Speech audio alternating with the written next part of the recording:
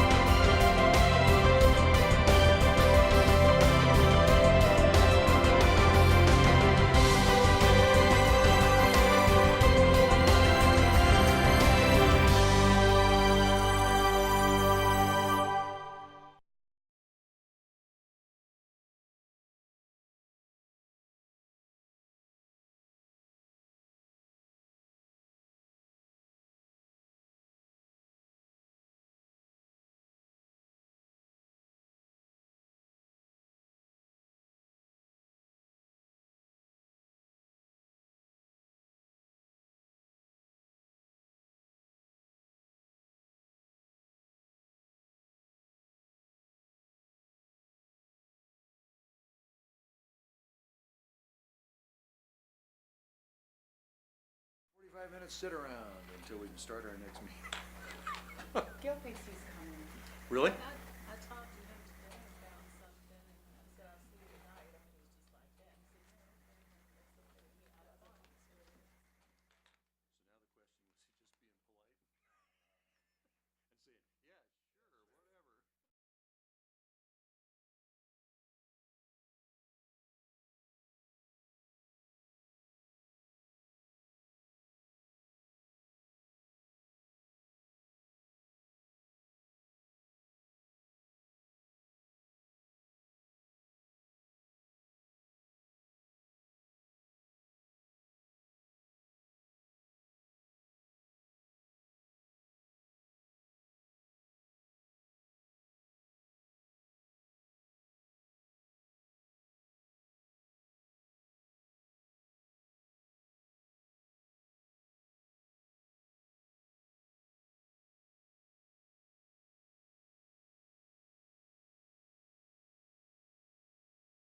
whatever. We'll start the Neighborhood and Community Development Standing Committee of December 5th. Could I have the clerk read the roll, please? Roll call: Walters. Here. Murguia. Here. Townsend. Here. McKiernan. Here. Walker. Here. We want to welcome everyone to the meeting. Public comment is welcome. Anyone wishing to speak on an item on the Standing Committee agenda may do so when that item is up for discussion. You'll have up to 3 minutes to state your comments. Please come forward to the microphone, state your name and an address, and you will be recognized. For accurate recording purposes, we ask that people speak directly into the microphone. Apparently we have no minutes to approve this month, so we will move on to the committee agenda. Item number 1 is recommendation to disperse 2016 Special Drug and Alcohol Tax Fund.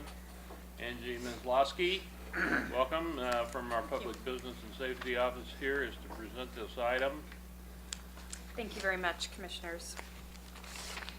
Each year, the unified government receives state money on taxes that are due to mixed drinks that are served, and a third of those funds go to the general fund, a third goes to Parks and Rec, and then the remaining third is split between community corrections, and then $249,500 is issued to community organizations for grant funds for prevention, education, intervention, and treatment of drug and alcohol abuse. For the 2016 grant funds, there were 3 applications. First one was Associated Youth Services.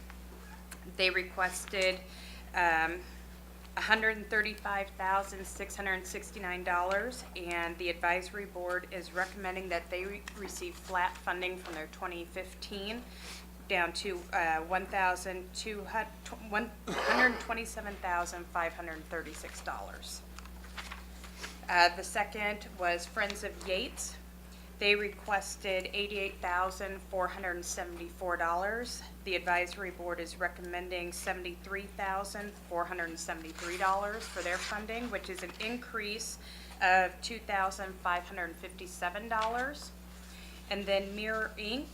requested $70,000, $70,523. The advisory board is recommending that they be funded $48,490, which is a decrease of $2,557. Ms. Maslowski, I think last time I raised a couple of questions. Yes, sir. Did you get answers? I sent the advisory board a request that they attend tonight's meeting so they can advise you as to why they made the recommendation to increase funding for Friends of Yates and decrease the funding for Mirror Inc. Dr. Townsend, or I'm sorry, Commissioner Townsend's representative, Scott Robinson, is here. If he's- Mr. Robinson, would you like to speak on this? I will come forward. Do you want him back there or up here? I think there's, Since he's He's part of effectively a the- part of your Part of the presentation. presentation. Thank you, Mr. Robinson. Start with, my name is Scott Robinson. Michael, I am- Mr. Robinson. I am a representative for Commissioner Townsend, and I have been on the board approximately 2.5 years now. And yes, I was one of the ones that voted that we decrease for certain people and again, increase for others. Is there a particular question you had in mind? no, I just wondered the reasoning for the particular amount of money, what was behind that thought process. I noticed that one went up the amount the other went down, and it was an odd number. It wasn't a, rounded figure, and I thought, well, they want to buy something for $2,558, or was there any particular cost increase that one had and the other is bearing the expense? It just struck me as interesting.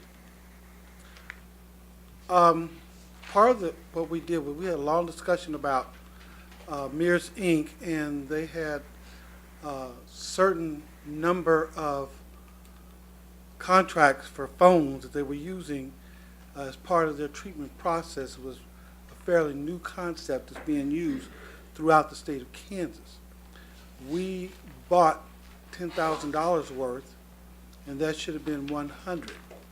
They used 23 of them, and they did not use those until the last quarter of the fiscal year. And so we saw no reason to give them more money when they had not used what they'd already used. And those 20 of the ones that were left, they still could use those repeatedly because some of their clients gave them back. And so we decreased their request because we didn't feel that had been used properly, nor did we feel that it was the best investment of our money going forward. We used that money then and split it between other programs. We were a little bit dismayed also with the fact that Friends of Yates, we noted there had been an increase in violence and the number of people served, and so therefore we used some of that increase to supplement their request. And then what was left over, again, we left with the other and third member. Okay. All right. Does any of the committee have any questions? Commissioner Townsend? Mr. Robinson, I'd like to thank you for your work and the rest of the committee for going over these applications and being very analytical in your approach about how this is done. Just a general question, how much money this year do we have totally to allocate it, and was all of this allocated? The past approximately 5 years, it's been $249,500.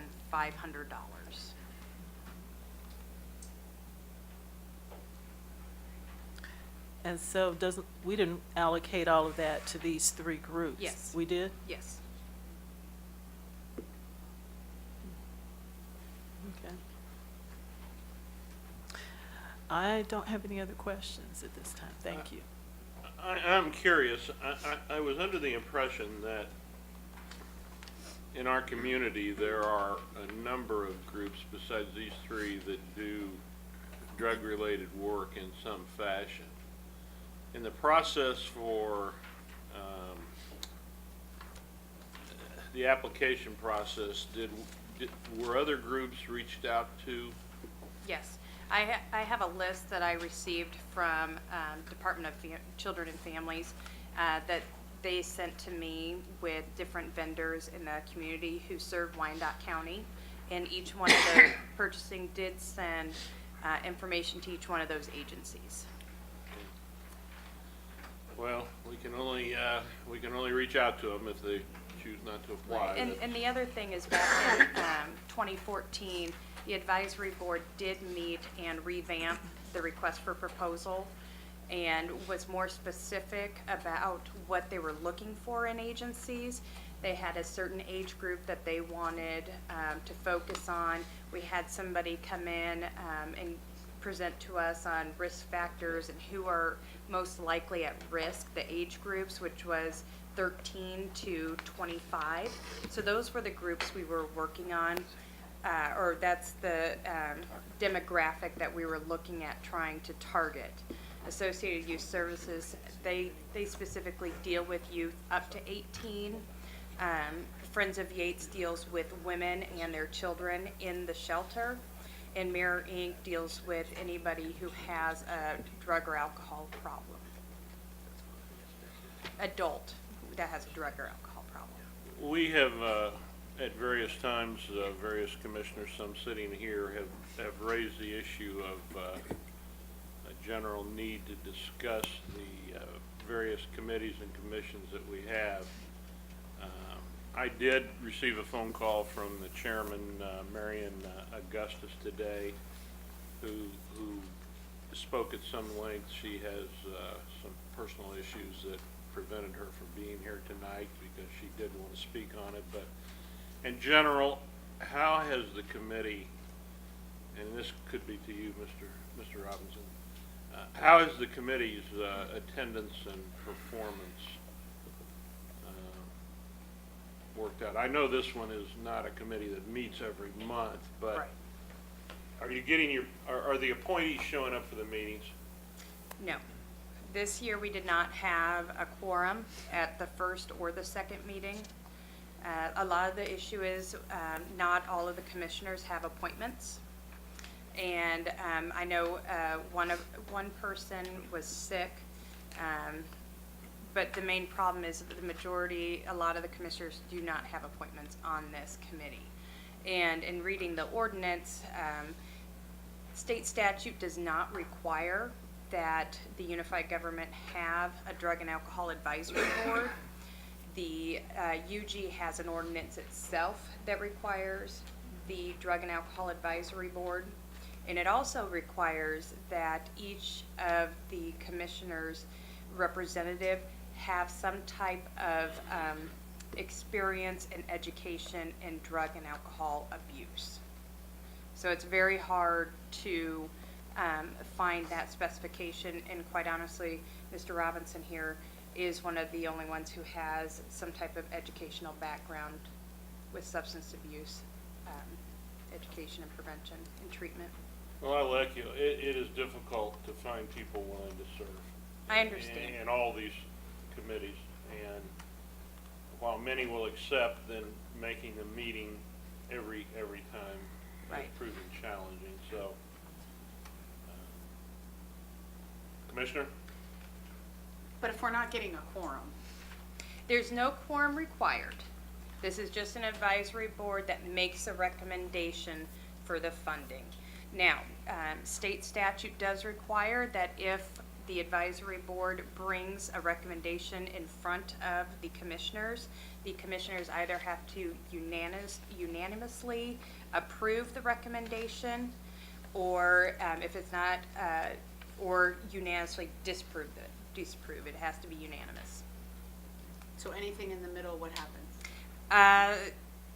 It would have to be unanimous to not accept the recommendation from the board. To not accept. To not accept, I apologize. So if it wasn't, if one commissioner decides that they're not That- in favor of this, then what happens? It gets funded as it is recommended. So isn't there a committee that was supposed to work on appointments? That was Yes. supposed to figure out a new procedure around that? I met with Emmerich. Not just exclusive to this committee. Oh, I'm no, talking I about- know. I'm Okay. just letting you know, I did meet with Emmerich and Commissioner Walters and Markley. So I don't know, how hard is it to just make a policy that if your appointment doesn't show up for X number of meetings, if there's 12 meetings a year and they don't show up to 3 or more, that a letter is sent and you We have get 2 a- meetings a year. Yeah, so they have two. Okay, so will the commissioner be notified? I have not notified in the past. Before last year, I never really had an issue with people not showing up. Last year was the first year that, I think at the second meeting, a couple people didn't show up. But this was truly the first year where I did not have almost all the commissioners represented.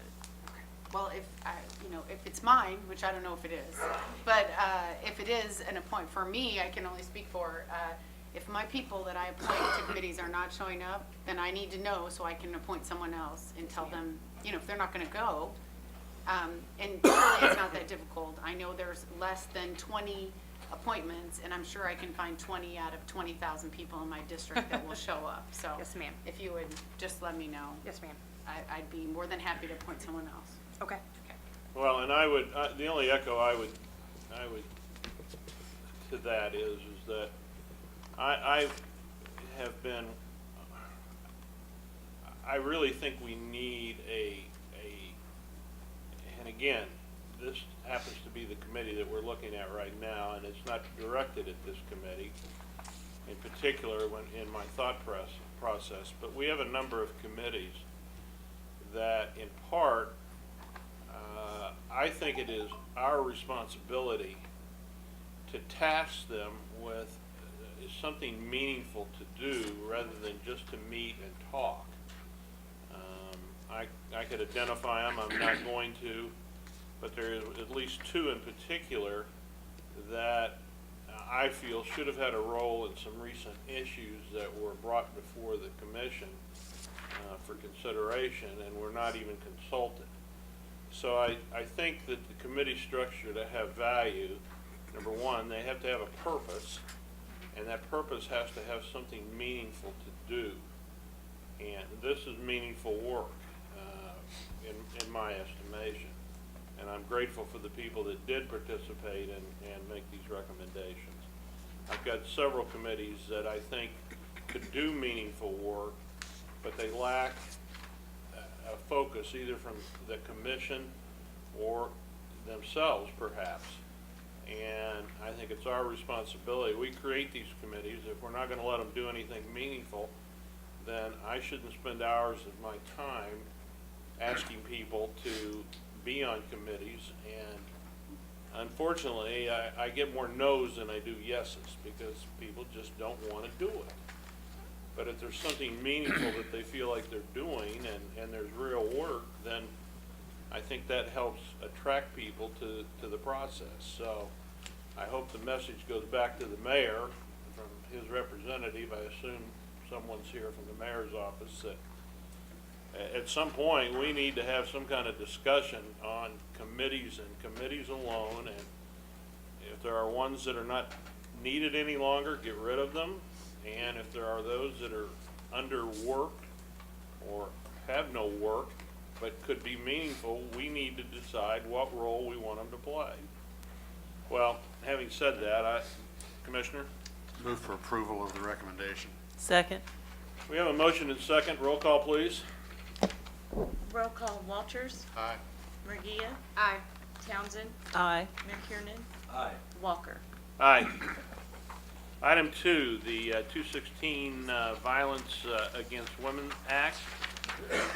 This is a request for an app, I assume, to reapply for the state program. Thank you, Mr. Robbins. And Ms. Maslowski will, Yes. is there a presentation? Just a brief one. This year, we will be, the legal department is requesting $76,618 to assist in funding the domestic violence prosecutor and the victim advocate. The match is $25,313, and that is already in the budget for Ms. Vicki Myers and Margaret Thompson. All right. Any questions? Mr. Townsend? The only question I had, and forgive me, was the way it was written. What is this with the match? Is the 25,000 included in the 76,000? No, Or is this ma'am. in addition to, or? It's 76,000 what we're requesting for grant funding, and then the match is 25,313. The total grant itself, the total including the match is $101,931. And this does budget for the salary increases that will be coming. So that $100,000 is the amount that's being requested? It's $101,076,618 is what we're requesting from the state, and then we'll match the 25. It's a 75-25 split. Okay, thank you. Yes, ma'am. Commissioner? Yeah, so this grant funding for domestic violence? It's for the domestic violence prosecutor and a victim advocate. This grant used to fund almost 100% of their salaries, but as the economy went down, they would only fund about 60% of the 2 employees. So as the funding went down, the unified government did pick up the funding. So now it funds 75% of the 60% of their work. Is there a reason that they would not be applying for the same grant funding that's available for everyone else, like the casino grant funding or The legal department? yeah? Because we're calling it grant funding. I mean, if we're funding a position, like we'd fund a personnel position through the unified government, why doesn't that just fall under personnel in our annual budget? I mean, if Mr. Bach, our administrator, wants to take responsibility for funding personnel, then it should be under our personnel budget. And if we're giving out grant dollars, I'm unaware of any grant dollars that we have to give away. Is this money coming from somewhere else? or From the our- state. It's from. So it is coming from the Yes, state? ma'am. And It's so state funding. And it's just being passed through the unified government? Yes, ma'am. Okay. And this is, what are our options with that money? To go to domestic violence? Well, it goes to fund Vicki Meyer, who is the prosecutor down on the 2nd floor municipal court for the domestic violence. We have a domestic violence program down in municipal court. So she is the prosecutor, and then we have one victim advocate. And does this grant money fund the 100% of the? No, So that's what I thought you said. So 70, so we're funding what is no longer being funded by the state, right? Correct, I apologize. Yes, it used to be Vicki Meyer, or the domestic violence prosecutor used to be able to be fully funded So by this grant. I would propose this be part of budget discussion. This is not a grant, in my opinion. If we're funding a personnel position for a program that's being offered, that the unified government as a whole thinks is important, I don't know why it's not under personnel. We have then we assume the financial responsibility for a domestic violence program. Or if they want a grant and we decide we don't want to fund that, then they need to go through the grants that are available to everyone else. Commissioner McKiernan? Well, but we do this with several other positions. I mean, we provide a local match for several positions, I guess, but to your bigger point, where do we account for our local match? How do we account for that? Do we account for it through the personnel budget, or do we account for it through another line, and we don't know that here? So I think that point is well taken, that we should see how we account for it and make sure that that's consistent with our vision and direction for this. But certainly this type of thing we do it with other positions pretty much across, I mean, not many, but there are some across the organization. So if I was to look up in our budget booklet to find this money, you said 76, right? 76,000, yes. 76,000. If I was to look for that in our budget book, where would I find that? Commissioner, I'd have to look that up for you and get back to you on it. Okay. I just think that's a problem, and if it's happening with other positions, I think it's a problem. And if we're gonna, I have no problem with funding domestic violence, but that when we make that decision, we as a government need to know that that's coming from our general fund budget, and we're assuming responsibility for another salaried position or a contract position, however we wanna structure that deal, but that's a personnel cost, especially if it's gonna be on an annual basis. And it needs to be under the right, in my mind, the right category. We don't usually have grant funds that I'm aware of that the unified government can grant to other organizations or to other entities. But if we're paying personnel costs for the district attorney's office, then that needs to be in, This is our, district or I attorney, mean, for the district attorney has a similar position. Correct. That they get funding through the state for. okay, well, whatever, it's just like in our budget where we say if Public Works comes to us and they're gonna fund a road, in our budget, if we get $100,000 from the federal government and we're spending $100,000 of our own money, you can tell that in the budget when it comes in. And it's all under, improvement, or infrastructure improvement projects. I was just gonna suggest, why don't, It's accounted for correctly. It's under, I found it. Well, the first place I looked is just under our listing of grants. So our grant inventory clearly delineates this, through the Violence Against Women Act. It delineates the description of this funding and the amount that's anticipated in grant funding. Now, what it doesn't show here on this line that I'm looking at is the local match that we're requiring, but there are 1, 2, 3, 4, 5, 6. There are 8, well, there's more than that, there's another page of it. There are about 12 different positions that appear to be receiving at least some portion from grant funding. yeah, well, again, I'd need to see all those details, but just for tonight's purpose, I mean, I guess I would say if we're gonna have ongoing funding to pay a salaried or a contract position, I just think it should fall under personnel, unless there is a grant fund that I'm unaware of that the unified government has. Because I'm only aware of 2. So grant processes, one is through CDBG and the other is through casino funds, unless there's another one I'm missing. But this is where we get an external grant to supplement our own internal money, as opposed to where, Yeah, this is very different. But we don't have a grant set aside of grant funds to give away to match other grants. Just like when police wanted. Edwin's gonna come yell at us now. Keep talking. Oh, so, listen, it's not worth the discussion. Yeah. We can have a special Agreed. session or whatever. I'm just saying, it's confusing when we tell the public we're grant funding a domestic violence position. We get our own now. When we don't have grant funds available, because there could be other people Okay. out there that provide domestic violence, programming that may want to make an application for funding, and that's not the case. We have some pass-through money for this from the state, is what I hear her saying, and we match it with some general fund money, which we, for some reason, are calling grant money.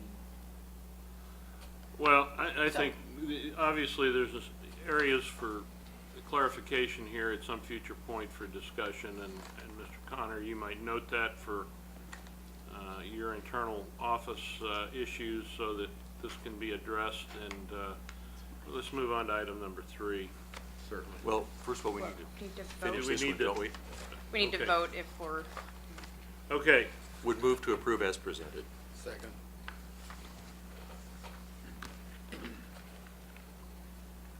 roll call, please. Roll call, Walters, Aye. Murgia, Aye. Townsend, Aye. McKiernan, Aye. Walker. Aye, thank you. thank you. Thank you, ma'am. Good job. Item number 3 is various requests from the Land Bank Manager, Chris Slaughter, to approve various transfers and acquisitions. Mr. Slaughter? Mr. Chair, could I ask Mr. Slaughter a question before he presents these? Certainly. Well, and the reason I preempt is that I see that a lot of the majority of the uses here proposed for these properties tonight are development. And it's a topic that Commissioner Walker has brought up now for the past couple of meetings, is about us transferring land bank properties for some as yet future or unspecified development.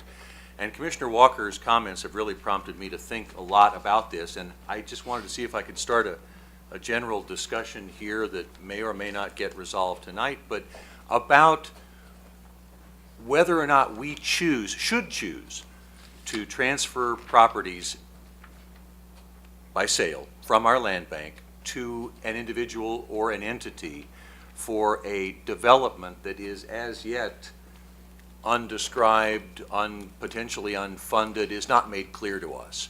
And I know that Commissioner Walker had suggested that maybe we should provide a time frame in which someone who purchases above X number of properties and labels it as for future development would come back to us and articulate what that development is going to be, or that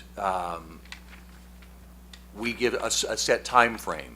And if we don't have a picture of the development within that set time frame, then we revert those properties back to the land bank. Because one of the things that Commissioner Walker got me to thinking about is we could potentially have a large number of properties that, and there's almost no way for me to, I don't want to cast aspersions on anybody who's here tonight, because I'm not saying that this could or would happen with any of our current applicants, but the number of properties here has just gotten me to think about this. So what happens if in a couple of years there has been no movement and the development is still not funded and it's still not planned? And what happens if that person who purchased all these lots decides that it's really not worth it to mess with them anymore, they're just going to walk away? Well, aren't we going to ultimately end up taking those properties back, and we'll have to expend time and resources to recover those properties back into the land bank? So one of the things that I was thinking about was, well, right now we have hold areas that we have developed within the unified government where we will hold land bank properties for a particular person or organization in anticipation of some future development. So would it make sense for us just to, when someone comes forward with a proposed development, to create another hold area and maybe put in place the same sorts of stipulations that we have on our other areas, which is, well, if somebody else comes along with a funded and well-articulated plan, the original holdee gets the right of first refusal. They get a chance to do something with it. We don't take it out from under them without giving them an opportunity, but we also don't lock up that land forever, bird in the hand and two in the bush here, when we might have a better development come along. And so those are just some of the thoughts. And furthermore, and this, bless your heart, Mr. Slaughter, you have tried for the 5 years I've been here to start this conversation about not waiting for someone from the community to come look at our land bank inventory and go, gosh, I see some development there. But for us to turn that on its head, and instead, through your efforts and our economic development office and our planning office, that we look at our assets currently in our land bank and we drive what sort of development might occur on those assets. And we engage a developer rather than waiting for someone to walk in and go, I've got a great idea. So I just wanted to throw that out for the fellow members of the committee here. Is it just seems to me that we should think about these proposed future developments in the same way we've already thought about our current hold areas, which are mostly for residential development down the road. And now we might be talking commercial development, but it seems that it'd be smarter for us just to maintain control of those properties, hold them for a specific person, company, or purpose, but still have them in the event that whatever was planned did not ultimately go through. So I wanted to throw that out, and because I would see that we might ask Mr. Slaughter to take these rambling ideas that I just laid out there and maybe go back and craft something in terms of policy for the land bank that he could bring back to us. And with that, Any, Commissioner? I would echo that I have concerns that, I've heard the statement made that, well, when people acquire these properties, at least they're paying taxes on them.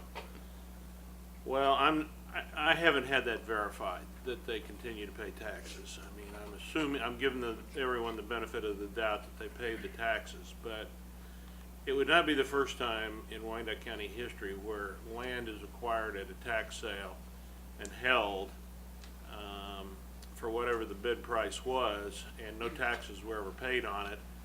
And it was just, I could identify several people from long ago that it was nothing more than speculation in the hopes that someone would need a piece of property for a right-of-way or a road improvement, or perhaps even a new economic development incentive. And so every 3 to 5 or 7 years, they'd lose the land in the tax sale again. Now, we've done some things to stop that in terms of being able to bid back on the property that's in foreclosure, but when you add up most of the properties that we're selling that are being acquired for future development, the tax difference we're getting on those properties is virtually not even a drop in a bucket.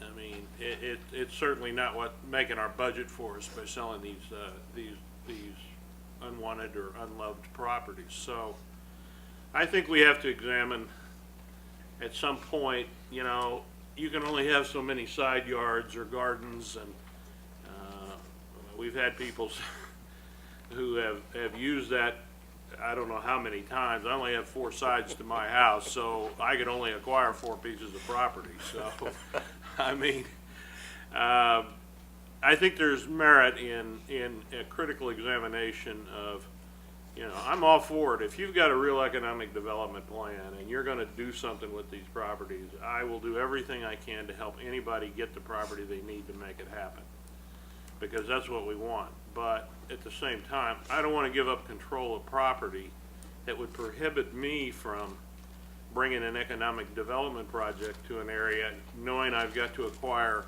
70 pieces of property that I already have owned and disposed of. I think there has to be a point at which you put your cards on the table and say, this is what I'm doing with this property. And we've got half a dozen, maybe 10 of those that are, I've noticed over my short tenure here, that are, acquiring property, all for them. But, I want to see your cards here one of these days. We have yes, Commissioner? Thank you. I agree with what you had said earlier, Commissioner Walker. I guess this is a couple of meetings ago, about individuals who may have acquired, I think we just said an arbitrary number, once you hit that 6th piece of property, to explain either in more detail the applications or come before us to see. I know that since I've been on this commission, it appears this group has expressed an interest, though, in getting properties out of the land bank into willing buyers and people in the neighborhood who will take care of it and make it look better. And sometimes it's no more simple than that. But I agree that after a certain point, if we want to extend an invitation before moving on the application for people to come in, if they have not already made it clear in their application what their intentions are. So I see benefit in that. I'm not sure that I follow Commissioner McKiernan's idea about the hold, though, and waiting on somebody else. I don't know. I'd have to hear that one again. well, if, for example, somebody came forward and said, I have a vision, it's going to require some land in this particular geographic area. And let's say that a lot of that land, maybe even a majority of that land, is currently in the land bank, owned by us, controlled by us. We would say to the potential developer, we appreciate your vision, and in anticipation of your potential development, we will mark these properties in the land bank as held for XYZ development. And when you come back with the proposal to make that development move forward, we can make an agreement with you to release those properties at whatever the price would be for those properties to you to facilitate making that development go forward. But if you never come back, you say, I've got a great idea, and we hold these 70 properties for you, and you never come back, and you never flesh out your idea, you never get your funding, you never have a plan, then we don't have to go and get back those 70 properties that we sold to you, because we never sold them. We simply mark them as designated for you for somewhere in the future. And before you come back with your plan, if somebody else comes in and says, I not only have the plan, I have the financing, and I have everything else, then we'll come to you and say, we have someone else who has a plan for this, and you have X amount of time to, come up with a counter proposal, whatever it might be. I just think that we run the risk, and Commissioner Walker again has articulated this 2 meetings in a row, we run the risk of giving up control of large tracts of land for developments that have yet to be specified and that may never happen, and that we may ultimately go and have to get back all of those properties. Add to that the problem that we used to be able, if we had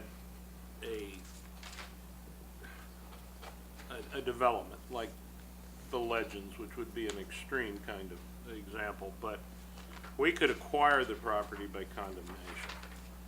Now we can only acquire it for a true public purpose, schools, bridges, roads, sewers, etc.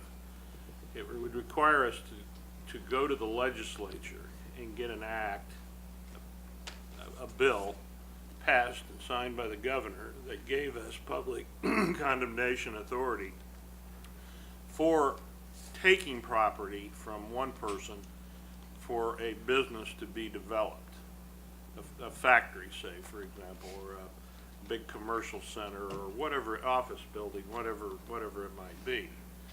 I don't know that anyone has tried that in Topeka since that bill was passed. And given my sense about the general feeling of condemnation of one's land for the purpose of giving it to somebody else to make money by the current legislature, I think that's not going to be an easy process. I could be wrong. It could be, if it was a big enough deal and the state had a piece of it, it'd probably be a lot easier. But I'm just simply, we've asked the question. We're really not going to decide that here tonight, but it is something that needs to be addressed in the near term.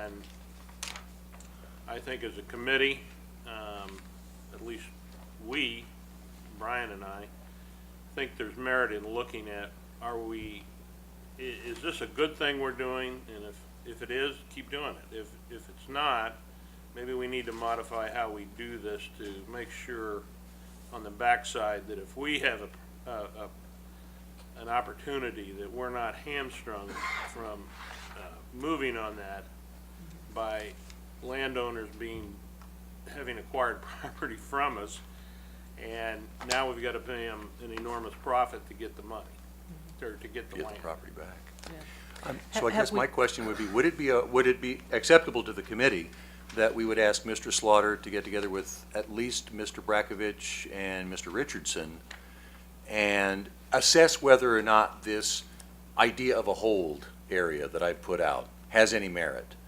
to see if there are inherent flaws in that strategy, and basically to come up with their recommendations from a land bank, from an economic development, and from a city planning perspective as to the best way to move forward and turn our current land bank properties into future tax-paying development. Mr. Townsend? Yeah, I don't have any objection to that being looked at. The question I had was how many times have we had the situation that you talked about where someone bought property and did not go forward with the development, and then for some reason we got it back or tried to get it back? Have we really had that situation come up on any big scale? On what, in what length of time? Well, at all. I know, I think. I happen to know of an individual who is now deceased that bought hundreds of pieces of property, and never paid a dime of tax on any of them except his own personal residence, and never maintained them, never cut the grass, and eventually he, in addition to fighting code, he eventually had them taken back away from him again, and it was just pure speculation. The speculator is the one that I am not, But how many times, sorry, but not to interrupt, but I think the question, at least the way I interpret the question is, but how many times has that gotten in the way of a development?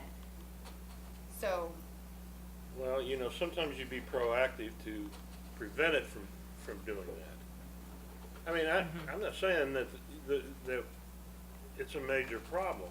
I'm just simply saying we need to look at it. Yeah. Well, I don't have any objection to having it looked at. I guess that would be the process of having it looked at. We can look at all of these issues. I just hope it won't be a deterrent to individuals or organizations who do have a legitimate desire and the funds and the wherewithal, you know, to move forward to do it. But I don't Please, have any if- objection. If those organizations Yeah. exist, I'll work with them 100%. Yeah. And in this proposal of mine for hold areas, doesn't stand in the way at all. You come forward with the money and the plan, and we make it happen. So, Mr. Slaughter, if you could, from your perspective with at least Mr. Brakovich and Mr. Richardson. I'm sorry, finish what you're saying. No, then. go ahead. I was just gonna say, if you're gonna look at it, I'm totally fine with you looking at it. I do agree with Commissioner Townsend. I've never seen somebody swoop up and take some land, and even if they're tax delinquent, we want them to pay it. I've never seen it prevent a development from moving forward. But this is what I would say. I would like to see the policy include one very specific thing. There is an advantage to a developer that pays property taxes, whether that be for-profit or not-for-profit, to have the unified government hold it for them. Because if we're holding it, then that potential developer doesn't have to pay property taxes. Do you see what I'm saying? And that even goes for not-for-profits. I think the only people that don't pay property taxes are churches, unless you have a special exemption. So there is a benefit to that entity. While they're planning, we're reserving that land for them. They have first right of refusal, as Brian is saying, and they don't have any cost associated with that. So I would like to see you add a piece that, in order to make sure that they have, as I would say, skin in the game, that they're required and they sign a maintenance agreement with you where they're gonna mow the grass and keep it looking nice in the meantime. It's the least they can do if I love that idea. they're gonna, so I would just Excellent. add that little tiny piece. All right, any other Okay. comments on the, okay. Mr. Slaughter, you have in front of us a list of properties, applications. Commissioner Towns, you contacted me about, Yes. The first one, two, three, Five. four, Five. five, the applications from Trinity, they would like, they and one of the neighborhood groups, Oak Grove, are still in the process of meeting, so they would like that deferred until sometime in the new year. Hope, my hope is it won't so be you'd like past those February. five properties pulled? Yes. Is there any objection from any of the commissioners? No. Those properties will be pulled, and why don't we set that for the February meeting? And at that point, if there's no agreement, we'll decide. Okay? Fair enough? I think so. Okay. All right, we have a list of properties, I think it totals 7 remaining. Anyone? I Mr. do want Slaughter? to add, in talking to Mr. Zagorts today, excuse me, we are going to ask that 2211 Homer be also removed. That may come up in the future, but for this round, we don't need to include it in the. Okay. Now we're down to 6. Does anybody have any questions regarding any of these properties or their applications? Move for approval on the 6 remaining. Second. All right, we have a motion and second. Would the clerk read the roll? Roll call, Walker. Aye. Walters, I'm sorry. Walters, Aye. Murgia, Aye. Townsend, Aye. McKiernan, Aye. Walker. Aye. I believe that is the last item on our agenda. We have one more. We have a transfer. Oh, We had two, but since we're taking 2211 Homer out, we will just have a request for 2113 Pacific go from the Board of County Commissioners to the Land Bank. Move to approve. Second? all right, roll call. Roll call, Walters, Aye. Murgia, Aye. Townsend, Aye. McKiernan, Aye. Walker. Aye. That concludes the Neighborhood and Community Development Standing Committee Thank you, meeting. Mr. Slaughter. Appreciate it. Unless there's a need for a break by anyone, This says we're not starting. Hopefully that's wrong. It is 5:45. We can start immediately. Thank you. Why don't I'm- you say that? I don't know. Typo. I hope so. But I checked with Carrie and she said that we published 5:45. Oh, excellent. So we are ready to start. Great, fabulous. Excellent. Thank you for being on we that, gotta Brian. make an airport run. and- All righty then. So I don't see Mr. Alvey here, but we do have a quorum for the next meeting, correct, Mr. Moore? Yes. Okay, thank you. Then, in that case, we will move immediately into Economic Development and Finance Standing Committee. I'd like to welcome everyone who's here for the Economic Development and Finance Standing Committee. Public comment is,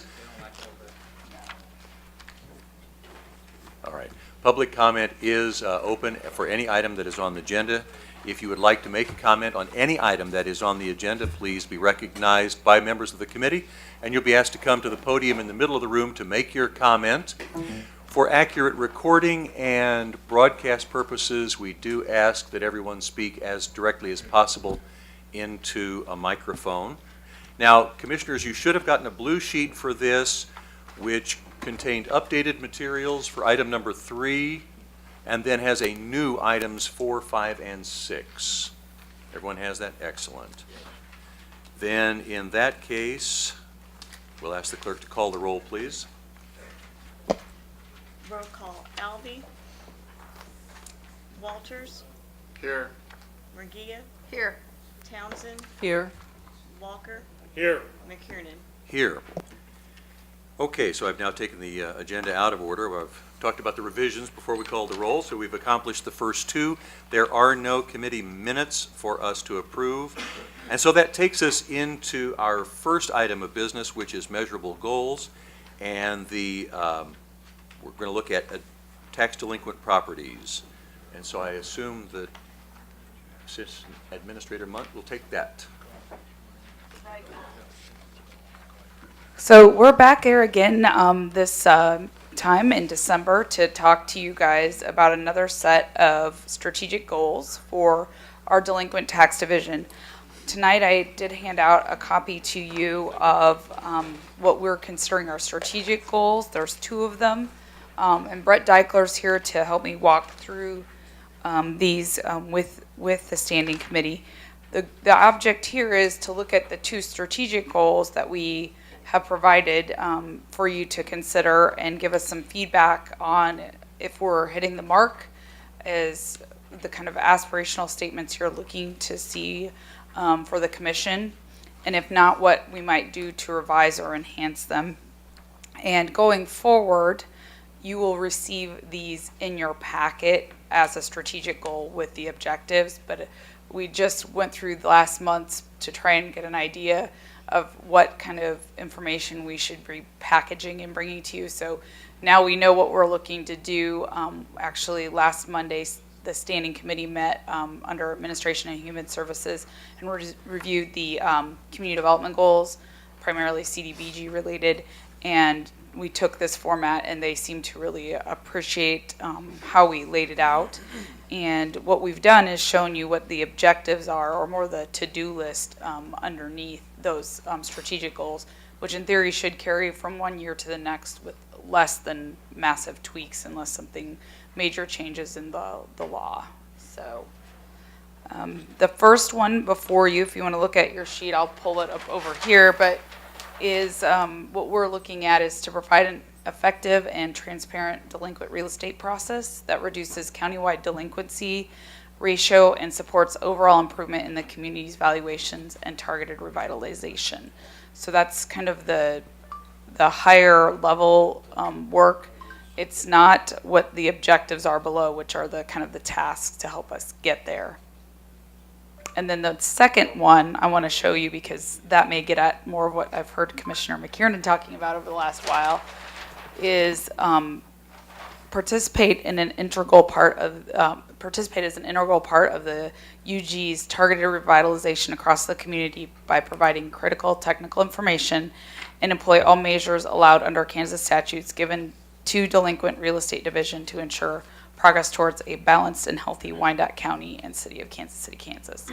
And so then the specific statements are underneath. So I'm going to open it now back up to the commission unless Brett Deichler from Delinquent Real Estate has anything he'd like to add. Oh, no, I'd just like to say we appreciate the opportunity to come back in front of the commission to identify some of these tasks that we're trying to accomplish. And there's a lot of good information here in the bullets themselves. And I think if you take the time to look at those, you may have some questions about that, and we can certainly answer anything that you want to ask at this time. I have a question. Yes, sir. The delinquency ratio that you mentioned in your goal number 1, how's that calculated? Well, that's basically at the time, it's just simple math. I mean, it's basically a divisor utilized with what's being paid, what's not being paid. The tax administration system go out, finance will basically take a calculation and look at what the average. So it's not number of households or number of No, properties, it's strictly on it's a dollar percentage of values? value, yeah, based on budgeting and the valuation model. So it would be based on the cumulative totals for the houses themselves. So if we wanted to lower that ratio, we would target in our tax sales the most expensive properties to get those back on the tax rolls as opposed to the least expensive. Would that be right? As you would, yeah, typically in two manners, yes. If you're looking at getting the most expensive properties back on, yeah, that makes sense. We've done that.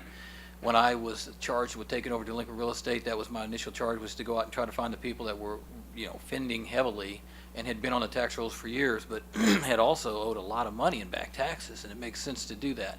I'll leave them nameless here for obvious reasons, but it helps to get these larger fish out of the pond and get things back to normalcy, and I call it equalization is what I refer to now. So once we got control basically under the statutory authority and looked to get the business processes at hand in check with what we were trying to do, that was one of the primary goals, Commissioner, was to look at the biggest ones that were out there and say, look, an example is if you have a house that's worth $30,000 that has $20,000 in delinquent taxes, it's probably less likely to be redeemed by the owner for whatever reason than someone that owes you whatever money for a property that's worth 10 times that. And you'll see those redemption rates go up, and that was one of the strategies that I tried to employ, was how can we get the redemption rate high? Because we do not want to own the property, we need the tax money, and we'd like to keep the rightful owners in their property, but we do need them to pay their delinquent taxes. So typically if there's a 10-to-1 ratio, a house that's worth $100,000 or $200,000, either $10,000 or $20,000 respectively was owed, they'd walk in and write that check and keep their property, which is a good thing because that turns the redemption rate into a skyrocket, which takes all the tougher conversations that you have and some of the sales issues that you get to once you get down to the court hearings and things like that right off the table. So it makes it cleaner at the front end. Does that make sense? Yes. So has that ratio been going down? Yes, it has. Actually, and Lou Levin could probably tell you a little bit more about what the actual number might be. For my tax levy days, I noticed, that thing can hover between 5, 6, 70%. I think we impacted that pretty heavily because we had a lot of properties out there that needed to be tackled early on, and you could see that in some of the increases in tax sale numbers as far as what the actual cumulative totals were once the auction was complete. Once I took over the business, it basically reduced it significantly. And that helps everybody on the budget side and everything else. But, the whole goal here, and back to reflecting what Commissioner McKiernan's talked about forever, we're not just after the money, we're after a viable community. That's where the second goal, the strategy behind that is to go and look to see what's the balancing of scale. Yeah, we did have to get some bigger offenders out of the water to make sure that they were paying rightfully like all of us do. But at the end of the day, we start to look at the equalization and say, how do we manage a healthy community with still garnering and tackling these tasks accordingly and getting the taxes back in so we as a government can operate utilizing those funds. But we can also maintain the viability of the community and the surrounding neighborhoods too in the valuation model as well. So, you know, just the delinquency ratio itself is a good indicator of that, but there's a lot of other tangible and sometimes intangible objects and modifiers that you have to kind of look at in the business profile. So. It's going to be the last time I'm going to bring this up, and then I'm just going to be quiet. Well, no, I'm not, but I'm going to bring this up again. So I still don't think that we, and I love these, and this is good work here, but I think what we've got is rather than objectives, we've got some strategies here. Are you talking, sorry. Let's just. Are you talking about the actual strategic goals that we've stated? Because I need to be very clear on where we're Right there. doing the work. In my opinion. Well, the objectives or the strategic goals? Hang on. Okay. So I think the strategic goal is, I still don't think we're looking at our highest purpose. Why does Mr. Deichler do what he does? We need revenue to fund the operation, the services provided by the unified government. And at least some of, and since property tax ends up being, what, 27% of the total revenue that we take in toward the provision of services, then anything that is billed but not paid impairs our ability to provide city services to the level that we want to provide them. So I think that's the ultimate. The ultimate overarching is, you know, having enough fiscal resources to carry out our mission of providing service, public safety, public works, and the public good to our citizens. And let's say, for the sake of argument, that delinquent real estate taxes that are not paid in a timely manner impair our ability to have enough revenue to do that. Well, then it would seem to me that with this overarching goal of having enough budget money to provide city services, now we have an objective, which is to, and I'm going to make this up. Let's say that 3 years after they are billed, 10% of billed property taxes are as yet uncollected, unpaid. That hampers our ability to provide city services. So why don't we have a goal of, our goal is enough money. Why don't we have an objective of decreasing that unpaid from 10% after 3 years to 8% after 3 years, whatever it might be. Now, all of these that are listed as objectives, in my mind, move in as perfect strategies. Here's what we're going to do to decrease that number to 8% uncollected on our way to funding city services. All right, that's all. Well, I think that's kind of what he was presenting. It is, but it's not how it's laid out. It's not a number of parcels, but it's a ratio of uncollected taxes that we want to go down, right? Right now it's 5 or 7% or whatever. So, and that was really the reason for my question. If we want the ratio to go down strictly on a dollar value, would really concentrate on the more expensive parcels that are unpaid, as opposed to, you know, the less valued. Yeah, but the downside to that is that the ones that never really rise to the point where you want to get them on the list, they might just go year after year after year, and then suddenly they're 10 years delinquent, but they've never really been the right kind to get on the list, and then at that point the delinquent value is so high compared to the property value that it's really tough to sell. So if we accept that we can't sell everything in every 6 months, which, you know, that would be another thing to think about, is, you know, how many delinquent properties can we sell to the point where at some point every 6 months we sell all the delinquent properties that are available to be sold or that meet that criteria, so we don't have this constant backlog that we can never seem to get through. You just don't have enough staff for that. It's a capacity issue. Well, so that's a question. If we don't have enough staff to collect money, then maybe we need more staff. That might be the one thing to spend money on. Bingo. I mean, if that's seriously, I always thought that when we talked prior, you thought that there was only so much the market could absorb, and there was only so much we could physically get to within a 6-month period. Certainly, that could be based on market conditions, but if market conditions are such that the market can absorb more properties, then we should be smart enough to figure out how to get those properties to market. Oh, I would definitely agree with that. I'd say there's a couple of strategies in there too that get down to the more granular level where you can take and try to bring things from the top down at the highest level, and then, but you're also looking at, like, the last thing here we're talking about is a mailer program where we take properties that typically, which you're referring to, Commissioner, would never make it on the list because they're not quite high enough. They just don't fit the model if you're looking from top down only.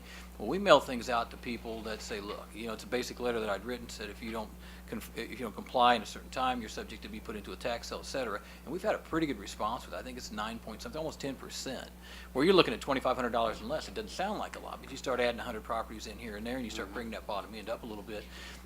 You're going to find yourself in the middle of some of that to where it teeters one way or the other. That's where you probably go out and you look to bring in maybe a contractor or a special staff, somebody you don't have to commit to for long term to get everything else in the middle. When I say you need more staff, you don't want to commit to the long term because sooner or later, in business, there is equalization and it does matter. And you will reach that normalcy somewhere. And once you reach that, you have to, as an organization, look and say, which properties are left on the list? How many can we get to? What will the market absorb or yield as far as buying power goes? And how can we maximize this and get it all out there? And when you do something like that, you're going to have to write a series of reports which take a little time, which is fine. It's what we do. But at the end of the day, you need to make sure you take in all the factors from both scalable and non-scalable economics to say how's the best way to do that, and how do you not impact both your short and long-term budgets, say for Doug Bach and staff, by hiring staff that after you get to a point when things start to flatline a little bit, now you've got, well, with the retirement rate, it's a good thing. We have people in to fill in some of those jobs, but that's not always the case. So there's business prospectus there that we as an organization can look at from an innovation perspective and say, let's build this model. Let's look at this. Let's try to find the sweet spot in there, but it has to be both scalable on as far as economic, both a macro and a micro scale. And we have to observe those on how do they benefit us both in cash flow now and an investment as far as our staff and time in the future.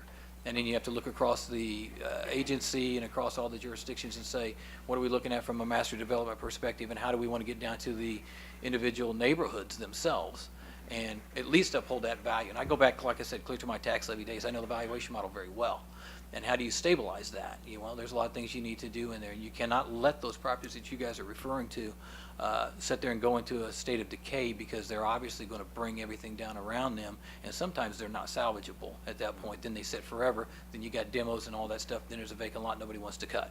There's a lot of bad news with that. So we need to get involved in that prior to, but we all need to get probably get a consortium, everybody get in the war room and talk about it. So. Commissioner. Okay, so specifically, Melissa, since you brought it up, on strategic goal number 1, so if I was in charge of the goals, I don't really care how you do it, no offense, or if I'm in this position by this time, commissioners should know the benefit of not having a large number of tax delinquent properties in their county. So I don't think why really matters. So if I was in charge, I would make the goal to reduce the countywide delinquency ratio, period. I don't want to hear, a year from now or 2 years from now, what the department's strategy is. I don't really care how you get there. What I'm concerned about is seeing the number of tax delinquent properties decrease, and meaning the percentage of tax delinquent properties decrease. Because we all know that because of how long and how many delinquent properties we have in Wyandotte County, that your department removes 5 but may potentially have caused 3 additional ones to come on. So what I care about is that our department figures out how to stay ahead of that game, and the overall percentage of delinquent property tax delinquent properties decreases every year until we're finally winning that game. And I don't, it's up to staff to bring to us what the community standard is. So I would look at, Johnson County seems to be a pretty nice county. They seem to have a lot of things, and they seem to also have a variety of neighborhoods where all income levels can live. And so I would look at what their property tax delinquency percentage is, and I think I would bet ours is a lot higher. And I would begin by striving, maybe setting that as a goal. If that's, 2% of all properties in Johnson County are tax delinquent, then, and if ours is, what'd you say it was? Do we even know? We have about 7% uncollected on an annual basis, and the I would, based just on an analysis of my district, I would guess it's pretty good, pretty high. Don't know. So, I don't know where 7%, how you're getting 7%, but I would guess it's more like 15%, but what do I know? So I'd like to know the percentage of delinquent properties in Wyandotte County and have a goal that we set to get us there. And every year we monitor that. So maybe this year it's 15%, next year it's 14%, the next year it's 13%, the next year it's 12%. It's real clean, it's real easy, it's very transparent for the public. People need to understand to get their snow shoveled, to get their toilet to flush, to get the sewer draining, to get your road repaired. It costs money. And how we get that money is through property taxes. And we can't do those things if we don't collect it. Commissioner, just to clarify, so what you're looking at is for us to bring back, when we bring a final document on this to you, some comparable metrics as part of the goal statement. Now, staff's not going to want to tell you what percentage it should be. We can provide you the information on where we're at, but I don't know that, do you want us to come up with the number? I don't know how you'd feel about that. I think you need to look at what the nation views as a healthy community. Financially, are they economically stable? What makes them a healthy community? Are they able to keep their roads paved? Are they able to keep their sewer systems up to date? Are they meeting their EPA mandates? All those things that make a community healthy. Yep, And we understand then you that. need to look at their property tax delinquency rate. It could be anywhere, it doesn't have to be one place. I just made up an example. And if it's at 15, you as staff, based on your capacity, need to be able to tell us, hey, in 5 years, we can get that to 10%. In 5 years, we can get that to 12%. I don't know what you're capable of, because if Jim and I and Brian and Gail expect you to be at 10% and you're at 15 and we expect that next year, you're gonna tell me, I can't get there. So you have to make a recommendation to us to say yes or no, whether you can do that. So yes, I do want you to tell me, at least me, whether they agree or not, the fellow commissioners or not, is up to them. But based on your current capacity, I think you need to tell us what you're capable of doing. But we clearly, for the commissioners that haven't seen it, if you haven't seen the map that I carried around for a long time, just don't seem to have it tonight, with all the red dots on it in Wyandotte County, we are saturated with delinquent properties all over Wyandotte County. Saturated. So we got to turn that around. We can't expect a few to pay the bills for many. And so, Commissioner, what you're suggesting is a compliment to mine. You're saying, let's go back and clean up all that has been delinquent all these years, and I'm suggesting we could set another goal that we will decrease the percent uncollected on an annual basis. We could also set goals, numerical, achievable, measurable goals relative to tax delinquent properties that would be creating blight in neighborhoods, and we could do all sorts of things. And I totally agree with you that that's where we should go, and we've got a bunch of great strategies to get us there, but we want to decrease the total burden, the back pressure of all those unpaid taxes. We want to decrease on an annual basis the back pressure and the burden of taxes that we bill but don't collect. because they all impact our ability to, Yeah, and I would just add, you know, you need to tell us what we can't do. So if you've evaluated as the department head that if we're saying you need to be to 10% from 15% in a year, and you already know, because that's what you do for a living, hey, there's no way we can get there unless we hire additional staff or we outsource our contract labor. You have to tell us that. And then I believe that burden falls on us, and I'll be the first to defend your professional recommendation. But you need to set what we can do under our current capacity so we know where the benchmark starts. agreed. Is that helpful? No, very helpful, and I felt like these were not, at least as far as the objectives, not probably what you were looking for, but I was hoping that on the strategic level, that's why I was kind of saying, is the strategy what we're looking for? Well, I think, again, as I said earlier, I think what's listed as objectives are strategies, and we can insert some measurable objectives related to total uncollected, annual billed not collected, whatever it might be, and these are excellent strategies to get us to that end. These are things we can do, which will get us there. So, that's just, And I'm just And not, it's probably just more of a word Yes. on how you classify it versus how I classify it. So ideally, is goal number one, are we wanting to take that down to what Commissioner Margia suggested of reduced countywide delinquency ratio? Or do we want to leave it at something else, such as collecting fiscal resources to provide services at a certain level? I think that's, we could well, I have- already said what I think. we could have hers, or we could have any number of others, actually. I'm fine with that, but we could have any number of them. Well, and that's what we're trying to help you guys write. So, Okay. so So if you're I fine will- with that, There you go. we'll take that I one will for just one make a of them. motion for this. One thing, if people agree or not, I think giving people too many options might belabor the conversation. So I think we just want to see the number of tax delinquent properties go down in Wyandotte County, period. That's it. It's pretty easy. It's the percentage Yep. of tax delinquent, not necessarily the number. 'Cause Not the that's different. parcel, it's the Right. percentage, the value ratio. Right, Yes, okay. overall percentage of the county continue to go down, period.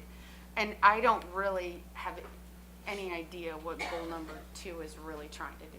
I don't understand it. So, It's really getting at bullet number 2 under the objectives, which is to basically work towards the better alignment between the land bank, NRC, and our delinquent tax division to attack it all to bring value up over time. So I'll just echo what Commissioner McKiernan said. That seems like a clear strategy to me, and I think that's, for what I know about delinquent taxes, that's a good strategy.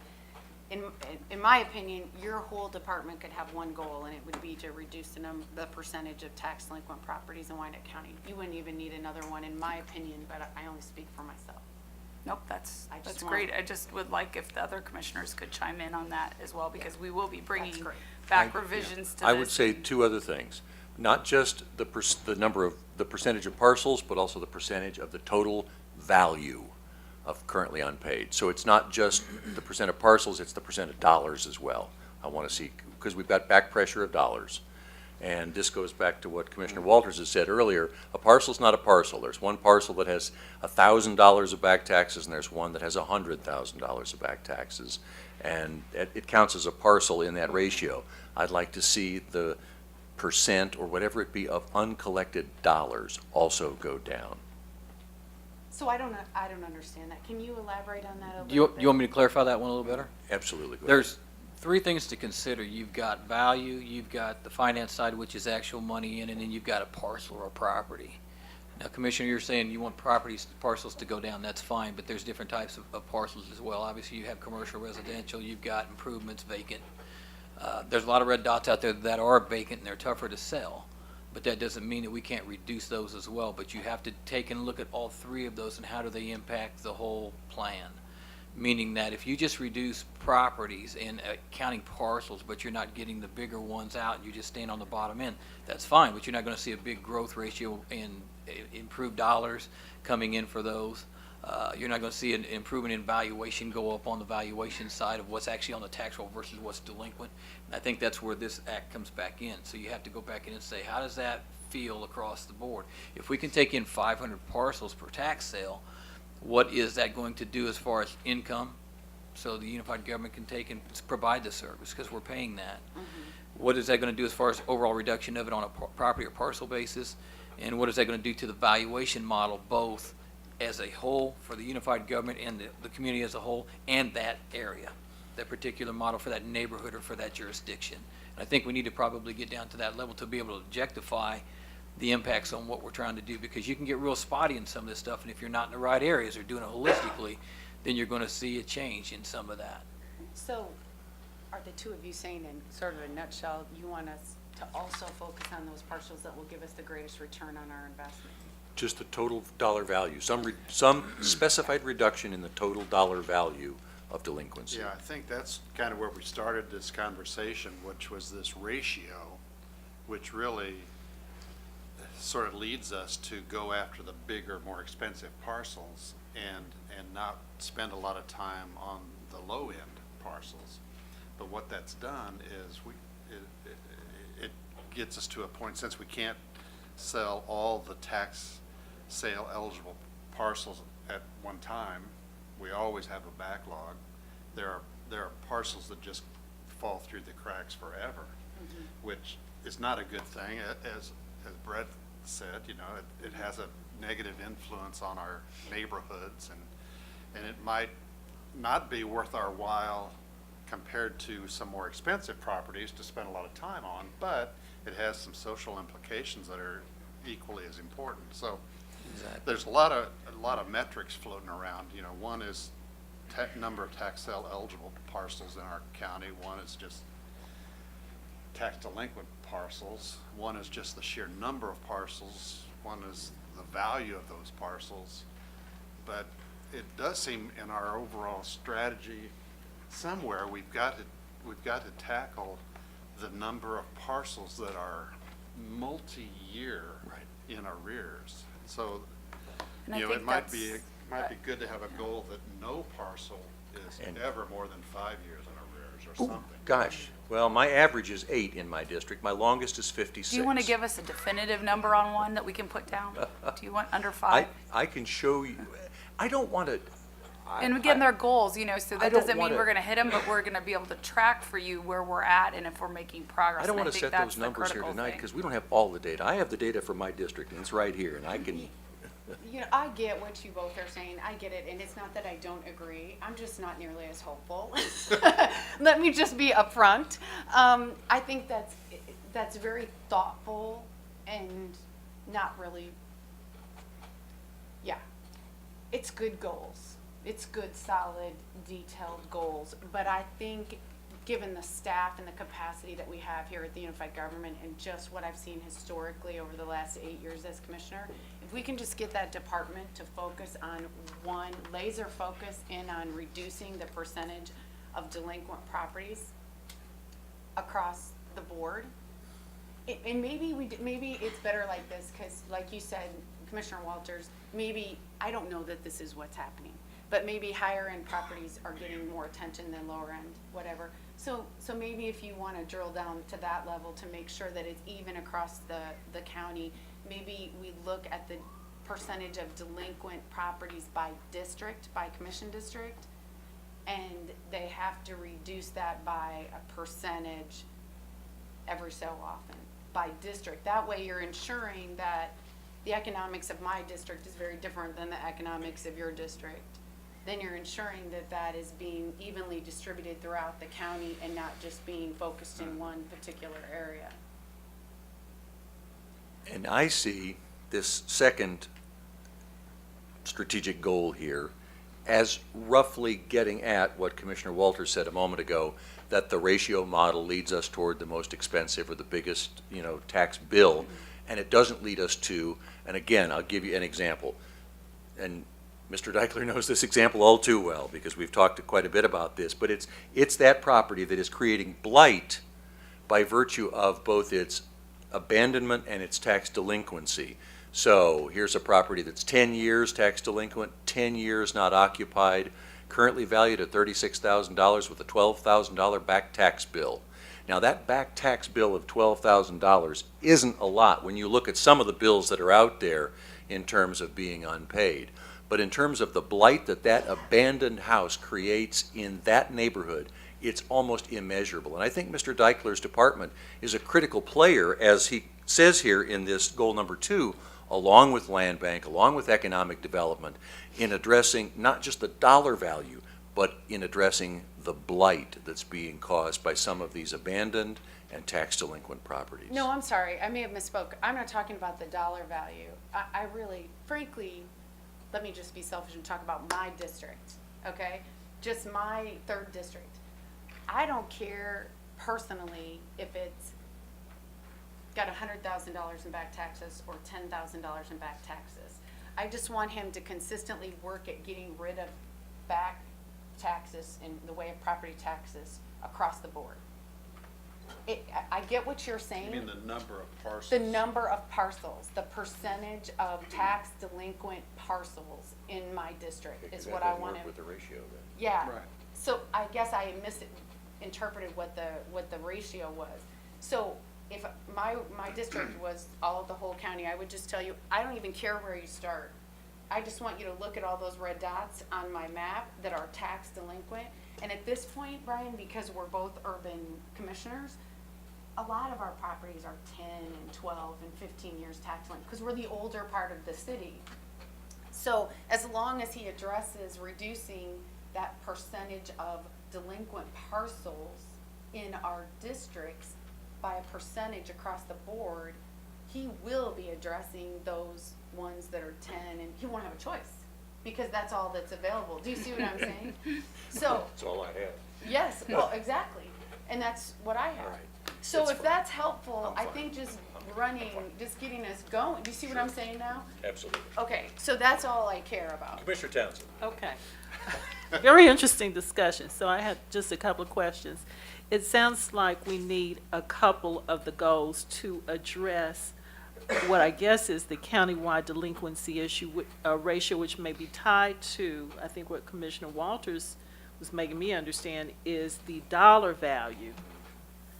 The more that we can address those delinquencies with the higher valued properties, that's going to bring that ratio down. But also, as Commissioner Ann was saying, the number of maybe lower valued properties that have been unaddressed or delinquent for X number of years. That's just goal number 2 or whatever it is, so that we're having as a goal both of these two things. How one is going to, I don't know if it's going to become a matter of how many people, the resources Mr. Deichler will have available to him, that one takes precedence over another, but I don't think it would be out of line to have both. Well, and it's interesting that you mentioned that, Commissioner Townsend, because if a property is indeed vacant and has been vacant for a certain amount of time, we have different rights under state law with delinquency than we do if it's occupied. So that it does play into a strategy if we're looking at that, and then it's how much can we work with our other departments that are listed here to be able to move those in a different way. So That's why, I mean, you know, and it seems like we get caught up in the minutia a lot of times. It doesn't, in the end, so I'm gonna argue for this, I don't know why. It doesn't matter. Just decrease the number of parcels that are tax delinquent, period. I mean, it would be nice, I can think of a million strategies to generate more revenue and be strategic about it, but that's your department to run. That's not ours. That's for you to figure out. What I care about is a very simple, clean, streamlined goal that says decrease the number of tax delinquent parcels in Wyandotte County. Now, if you want to go a little further, I think we can go by district, because what Commissioner Townsend and everyone has said tonight, the fear is that if we focus just on those high-valued tax delinquent properties, that's probably not going to hit Commissioner Townsend, Commissioner McKiernan, and my district, because our valuations aren't as high. Our delinquency dollar amount isn't as high, yet they have a great impact on the neighborhood. So I think, Well, but if we're looking at getting more revenue in, then we have to look at how we can get more bang for the buck. So if you're going after the higher valued properties, I think you're going to see that more quickly, that impact. And if we're sitting here talking about taxes and getting revenue, but I agree, I think it just has to be a two-prong. That's what I would like to see, Yeah. a two-prong attack.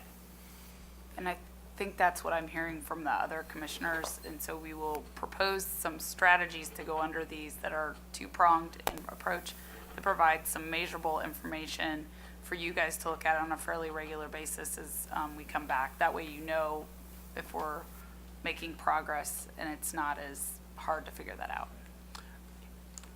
Yes, ma'am. One other thing, I know Commissioner McKiernan always has his numbers together, I don't.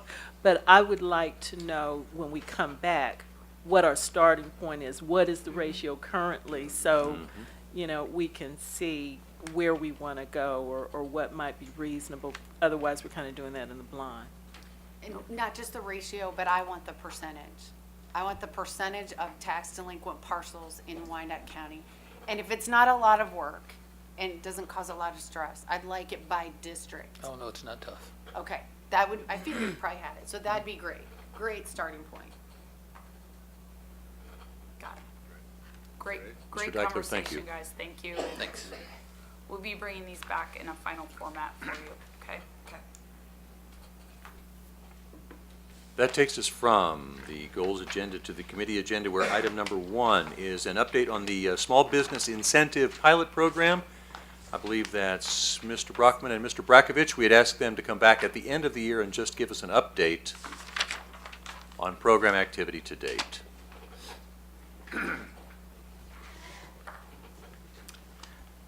Thank you, Commissioner. George Brakovich with Economic Development. Charles Brockman on our staff has been really the point person for this program. I know Marlon Goff from our staff's here. He's also been involved, and I think Greg Kendall is here with Wyandotte, who's been really our biggest marketing partner to date with this program. Just real quickly, again, we were here in October. Everybody seemed to be in agreement that this was a great idea, and we said, let's go launch and see what happens. So we knew we had pretty limited funds. We had $25,000 allocated for this year, and so the goal was to come back at the end of the year and give you an activity report. But embedded in that, and after listening to Charles, with some of the reactions to the volume and of applications we're getting, and kind of the reach back we have to do in terms of, hey, we need a little bit more information. We've embedded a few staff recommendations of how we think maybe moving forward with this program would be beneficial, especially next year. We're anticipated to take the funding from $25,000 to $50,000. And so really the format of the presentation tonight kind of follows that. A little bit of activity report, what's going on, what have we seen, and then flows into staff recommendations.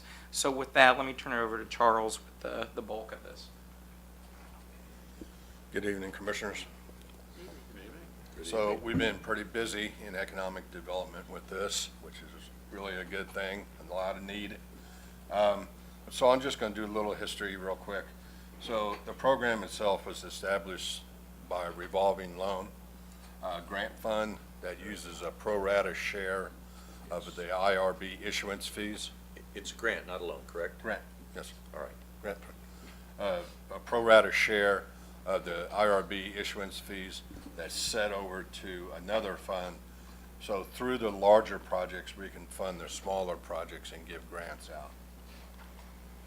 So our program goals that we established with ED&F committee here and through the department staff, you know, that's what this is representing, what we wanted to accomplish through economic gardening, neighborhood vitality, try to really coordinate with other public and private groups in the area as we launch and help a new business or an existing business go to the next step in growth.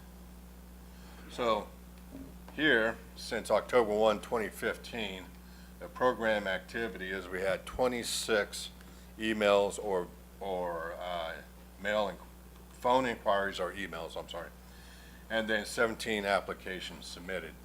So out of those 17 applications, there's $125,000 requested for grants. And we only had, the 25,000 for this year. So there's a big need out there for this program. Out of that, we've funded 2, and 1 is up on the county administrator's desk for approval. This is Landwork Studio. They come from Olathe. They're a landscape architect company, and they're going in a new building they're buying at 719 Minnesota. This is a $350,000 investment in acquisition and renovation. So they requested a $10,000 grant for facade repair help. So the county administration approved that grant. And with that, they were bringing 5 with them, and within 2 years, up to 3 new job growth. KC Cupcake Company, you may have been seeing the repairs east of City Hall here. It's a cupcake bakery and cafe. This is their second business. The other one is on 5013 Lamar, and they're opening this up at 719 North 6th Street. There's a $76,000 investment in acquisition and renovation, and they're bringing 2 new jobs. Once they open, they're shooting for the end of February. They'll have their employees hired and trained. That grant, actually, they applied for $10,000, and it was approved for $5,000 on that grant. Then we have Bennett Tool and Die, metal fabrication company at 3150 Chrysler Road. There was a $110,000 expansion project going on there. They had bought some new innovative equipment that took old equipment out, made room, can hire up to 3 people doing this, and we helped be part of the purchase of the equipment. And that grant, they asked for 10, but we gave 2,500. So when we do this eternal review of the applications, we want to make sure that it meets all of the UG goals that we set before you and everybody's agreed upon. And the intent of the program, which is a one-time grant for a small business that's getting ready to expand. Existing businesses or a startup business, we want to make sure that's set. We want to make sure there's job creation and business growth and expansion. So some of this slide here represents what Mr. Brakovich was speaking about earlier about some modifications. Right now, we only have 1 set existing, and that's home-based businesses are not allowed to apply for a grant. So staff has worked this, and we were looking at some of the other things that have came up that I've looked through. And so we need input back from commission here tonight, as we feel that some of the prohibited uses should be venture capital, seed capital. These businesses should already be, small business should already be established, and then moving to the next step. So we wouldn't fund an idea. New startups with less than 1 year continuous operation.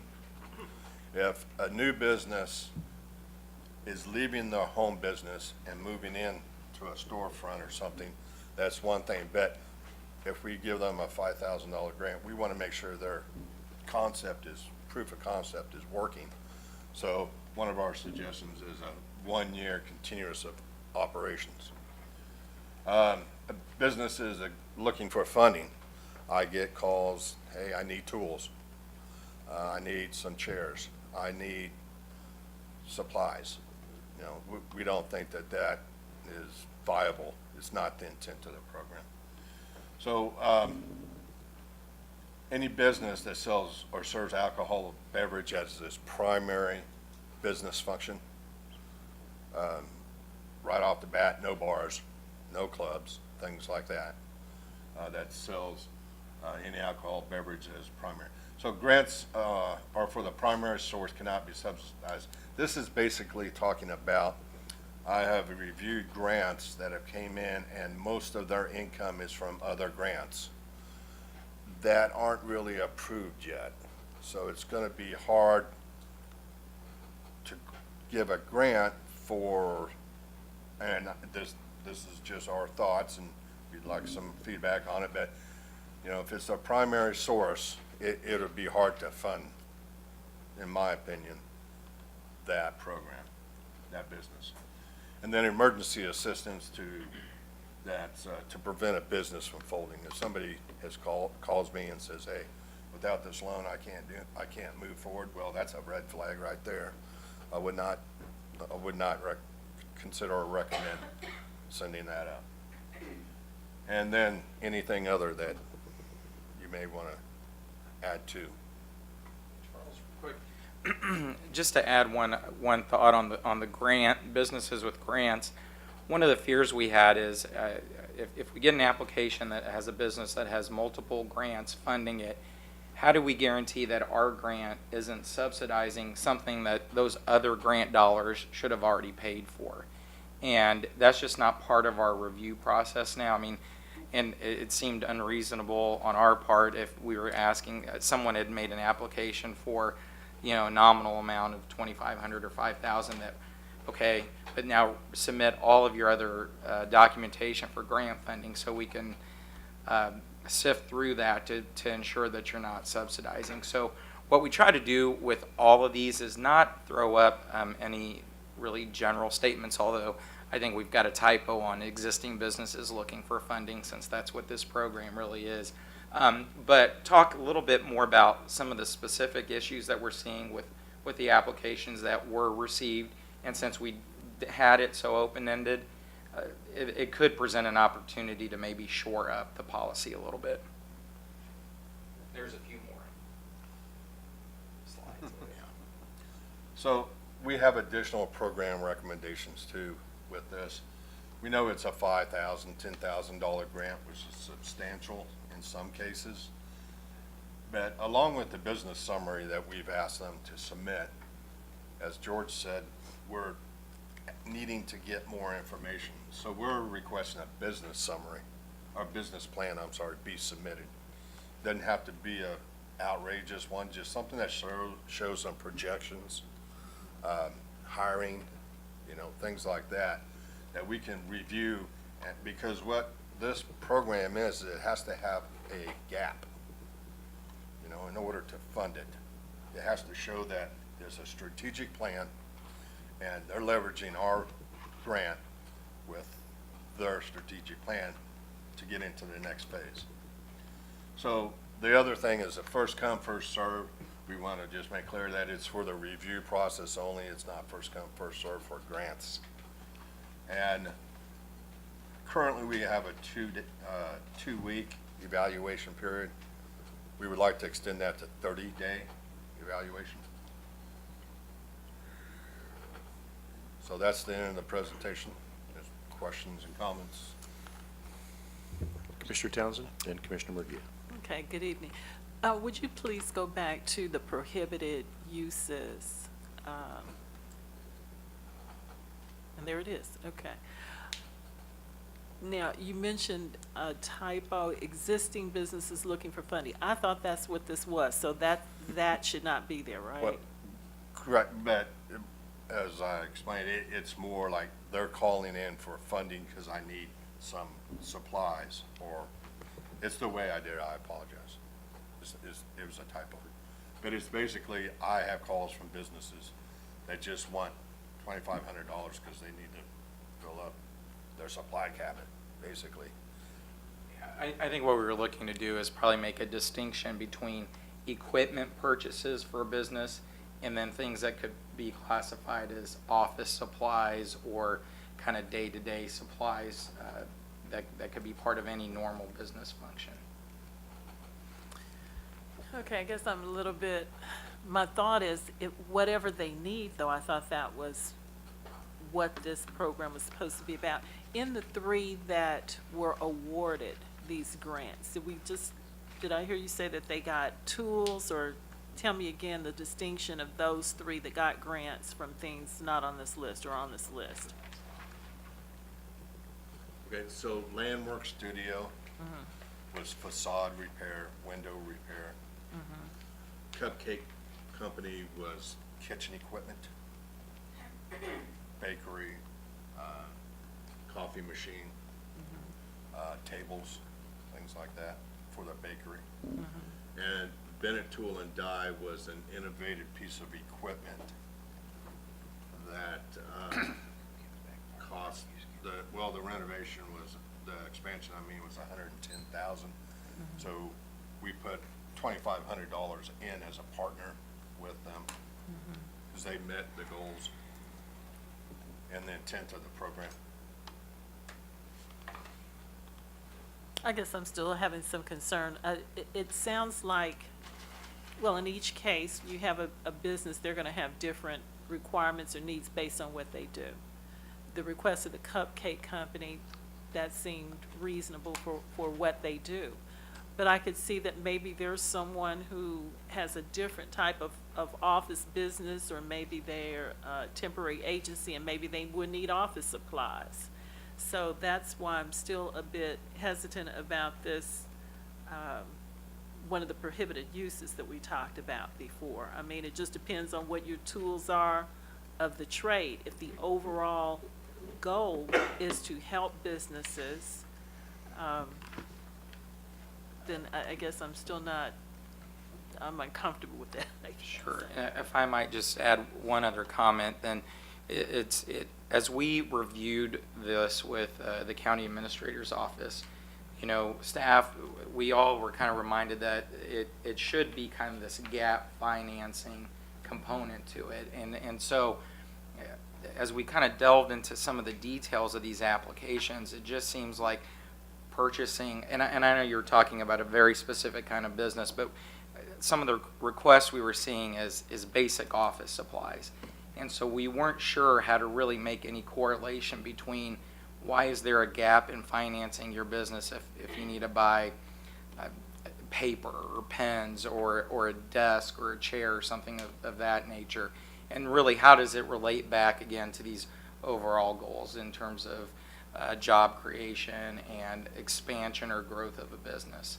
And so if it's an item that you guys want to keep in consideration, we're all ears and ready to listen for that kind of direction. It just seemed in this early stage, and really was the impetus to come back before you, because we didn't want to feel at a staff level we were making too many discretionary decisions without having some firm guides in place, both for us on the review process, but I think it's only fair to have a better guide system as people make application, because the last thing we want to do is offer any sort of false sense of hope that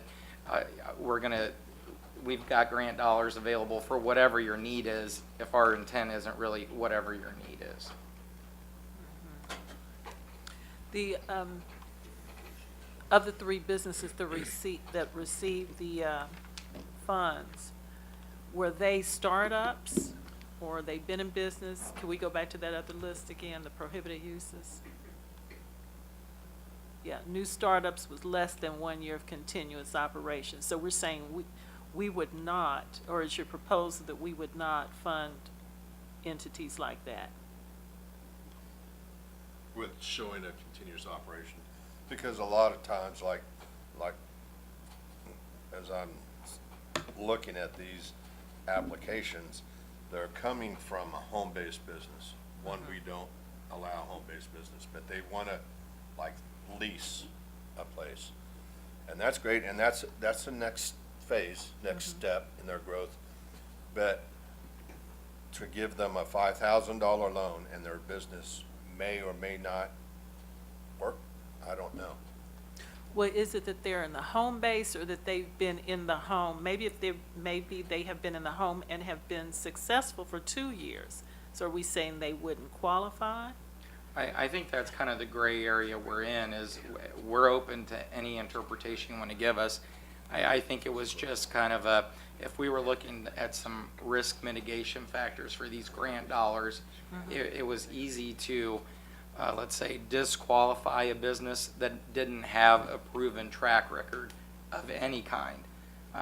But I think if I'm hearing where you're coming from is, Well, if they were a home-based business, but they have a proven track record, should they be considered?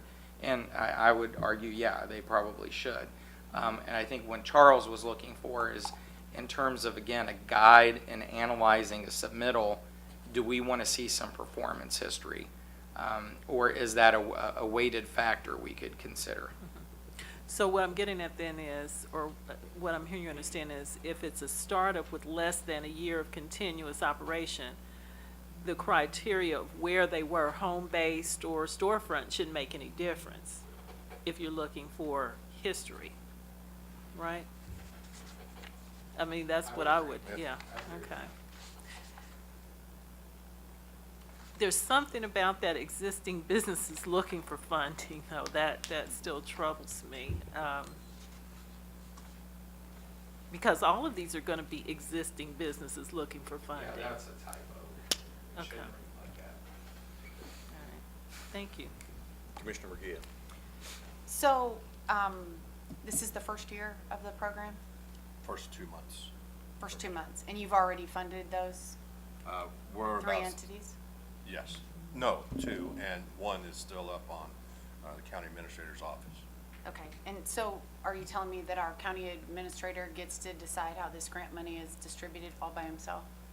He signs off for the approval of the grant. So we decide internally here, community development decides how we're gonna distribute grant money, and our administrator signs off on that. And when he signs off on that, does it come to the full commission for final approval? Or does he just sign off on it and the grant money's gone? He signs off on it, and that allows the CFO to allow us to draw down the funding. The CFO, Chief Financial Officer. Lou oh, Levin. okay. And so how do you advertise for this grant money? Right now, we have the website up under small business, under the Department's Economic Development.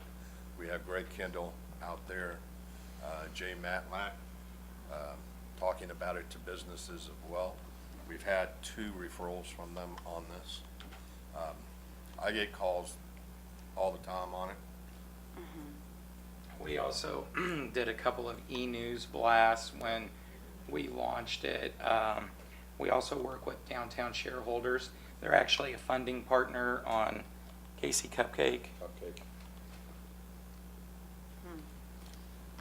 But again, you know, we've been at it for 2 months, so we're open for suggestions.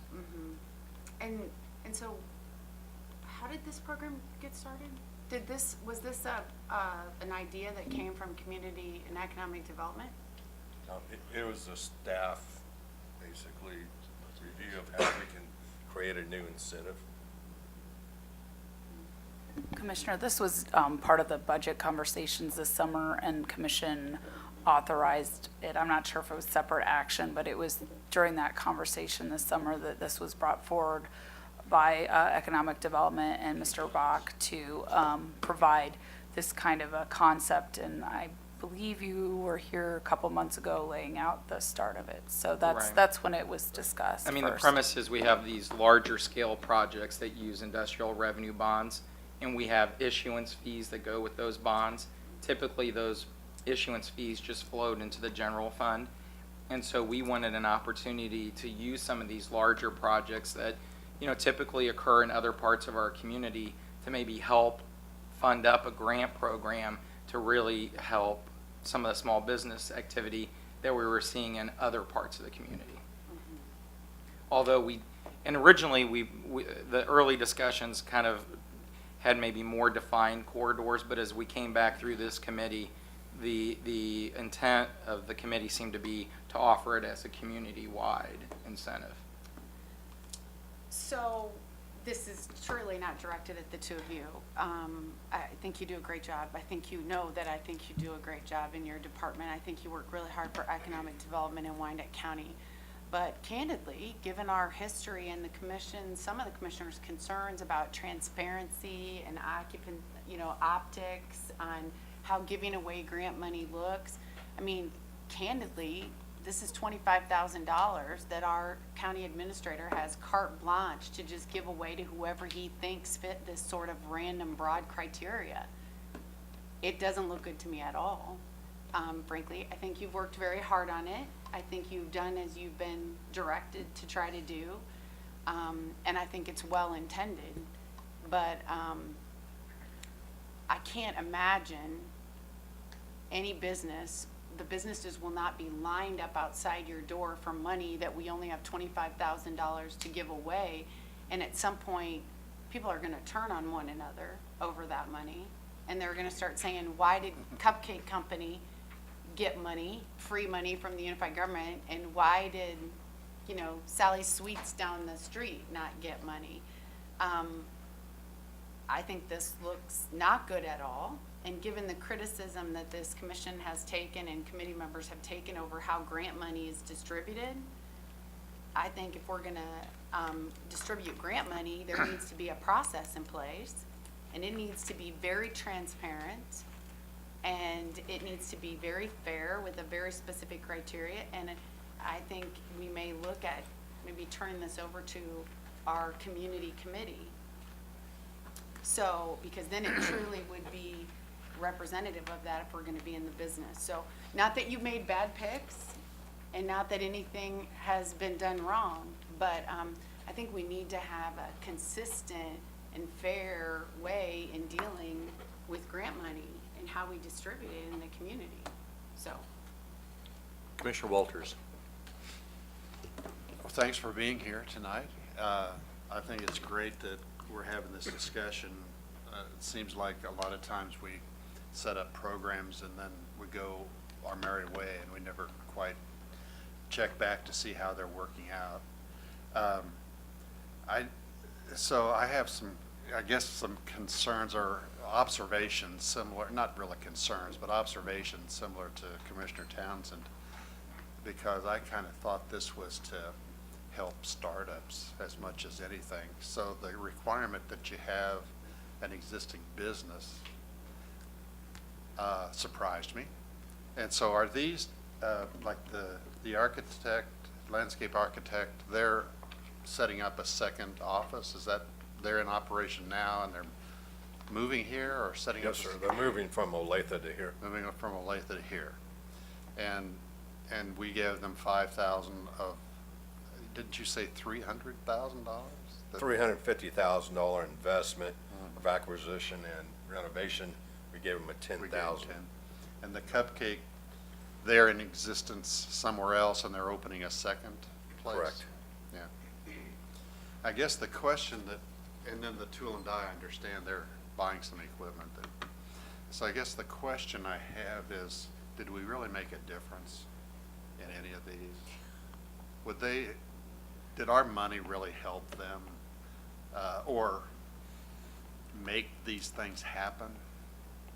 Because that's, I guess I'm sort of thinking that maybe these would have happened anyway, and maybe we just sort of gave them a little bit of a reward for coming here, which may be fine.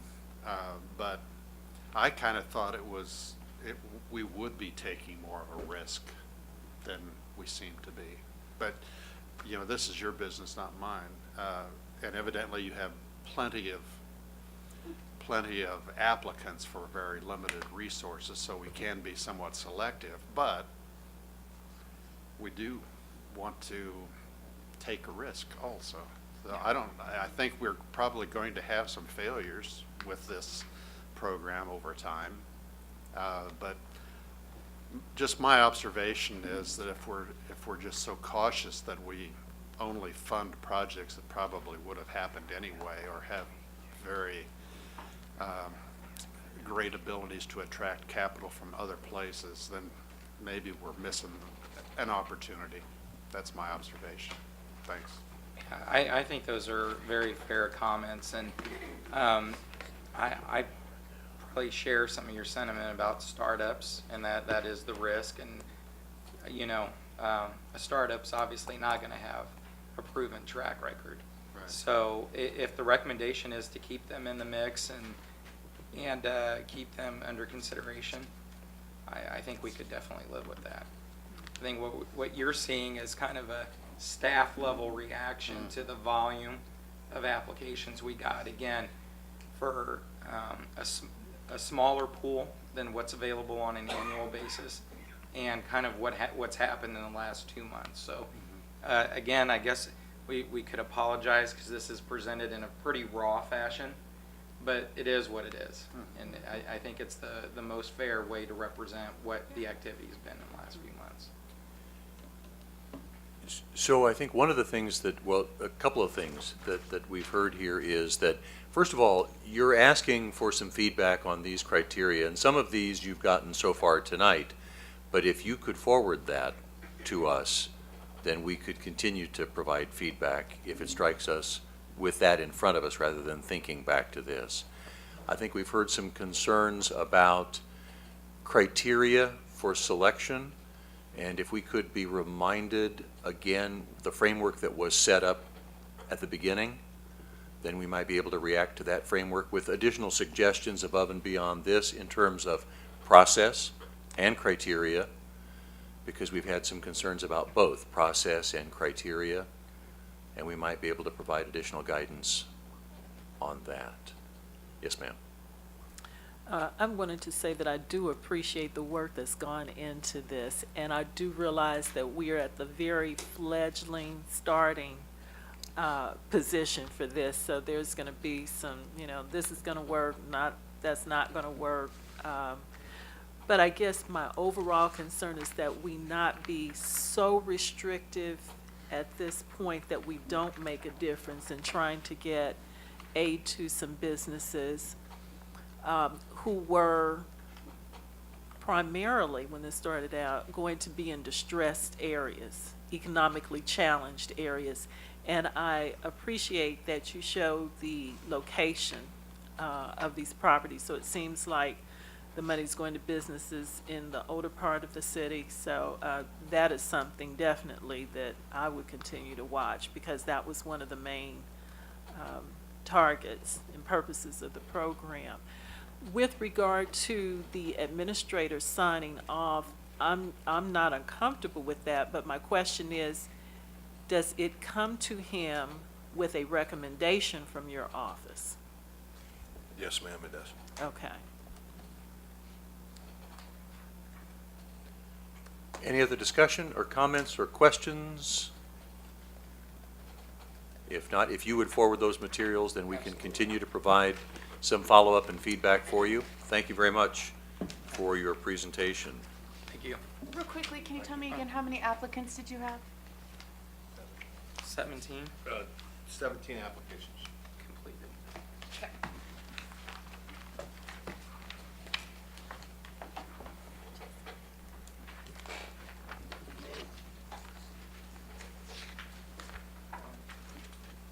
Mr. Alvey has joined us now, and we must apologize to Mr. Alvey for not correcting the misdirection. He faithfully followed the time as printed on his agenda, which said we should have started at 3 minutes ago. So we will do our best to try to make sure that we accurately portray agenda times on the agenda. We can just do it over again. We could, but we won't. That's right. So as of yet, Mr. Alvey, we have not taken a vote, so you are just in time. Okay, that brings us to item number 2 on the committee agenda, and that is, let me back here to the beginning here. So item number 2 is a resolution for the sale of municipal temporary notes and general obligation bonds. Mr. Levin and Ms. Johnsher. Thank you, Commissioner. The resolution is for the offering for the sale of municipal temporary notes and general obligation bonds for the 2016 financing. I will note that the sale resolution notes the amount of notes or bonds we are going to issue, not necessarily what was authorized. So you could have a project that was authorized for $10 million, and in the first year we might only assume that we were going to spend $5 million. So we would the sale resolution would indicate that $5 million. We have 2 series of temporary notes, one taxable and tax exempt issue, and one tax exempt general obligation bond series. I thought maybe I would just note the difference between the 2 issues. Usually temporary notes are issued for 1 year, and they're usually used for ongoing projects to finance them during the design and construction period. And then general obligation bonds are used once the project is completed and we go to permanent financing. So that's the difference between the two issues. All of the projects that are included on the sale resolutions are consistent with the CMIP and have been approved by the commission either in 2015 or in a prior year. I will note there is one project on the sale resolution. It's the Riverview Avenue Bridge project. That item is on the agenda later on. But I did just want to note, as I said, that project was originally approved in November for $7 million. We're asking to issue $5 million of that in this year. So if there is any change in the project authorization later in the agenda, that does not affect the sale resolution. And with that, I would open up if there are any questions. Any comments, any questions, discussion regarding these items? This is just one item, approval of the sale resolution, correct? Yes. Okay, I move to approve the sale resolution. Second. There's been a motion and a second for the resolution as submitted. Any further discussion? Hearing none. Roll call, please. Roll call. Alvey, Aye. Walters, Aye. Murgia, Aye. Townsend, Aye. McKiernan. Aye. Thank you very much. Appreciate it. That brings us to item number 3, which was found in your original agenda and then is also found with some additional information in the agenda update, or the blue sheet that came out. And that is an amendment regarding the Wyandotte Plaza redevelopment agreement. Commissioners, Todd LaSala, our counsel with Stinson's with me. I'm going to give a little background on the project, and then I'll ask Todd to discuss specifically the amendment. In July of 2012, the Unified Government financed $8.1 million in initial financing to support land acquisition for the Wyandotte Plaza project. The redevelopment project was a $28 million approximately project. Our goal or objective with that project was initially we provided our annual appropriation backing to the debt, but our thought was after we wanted to proceed with refinancing of that debt after 3 years once the project was completed. The project's been completed or generally there's still, there may be an additional pad site that will have construction and there's some final leasing of tenants, but essentially the project's complete at this time. So therefore we're ready to move forward with financing that's strictly based on project revenues, and the project revenues include incremental sales tax revenues. We've established the project in an NRA area, so it's eligible for property tax rebate associated with the NRA, and there's been the assessment of a CID, a 1% CID.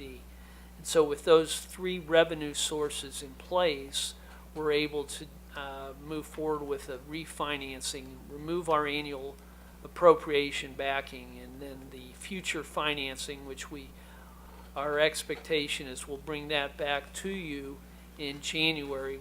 We'll proceed with backing strictly by project revenues. But the first step to accomplish that is to change the current pledge of CID revenues, and I'm going to let Mr. LaSala speak to that. Sure. Thank you, Lou. The original development agreement has a 1% CID sales tax on it. Those are increased taxes collected within the district. When the developer went to finance this project, we allowed the developer to pledge that 1% CID to its lender. So the lender has a collateral assignment and interest in that 1% CID pledge right now today. However, when we go out for this refinancing of the UG bonds, the plan is that we really need that 1% back to pledge to the refinancing. So the interesting thing is that works for the developer because the developer is under contract to sell most of this center and some of the blue sheet items that you'll be considering also this evening involve that sale. So this agreement really contemplates that at the time this property sells, or most of this property sells to a developer, that lender will be taken out of the equation and paid in full. And at that point, the 1% CID could be pledged to the bonds that we'll use to do the UG refinancing. So that's really what's contemplated in this fairly short and simple document. I should also point out that there are a couple of different things that the developer asked for just today that do not show up in the document in front of you. They are conditions that the developer is looking for.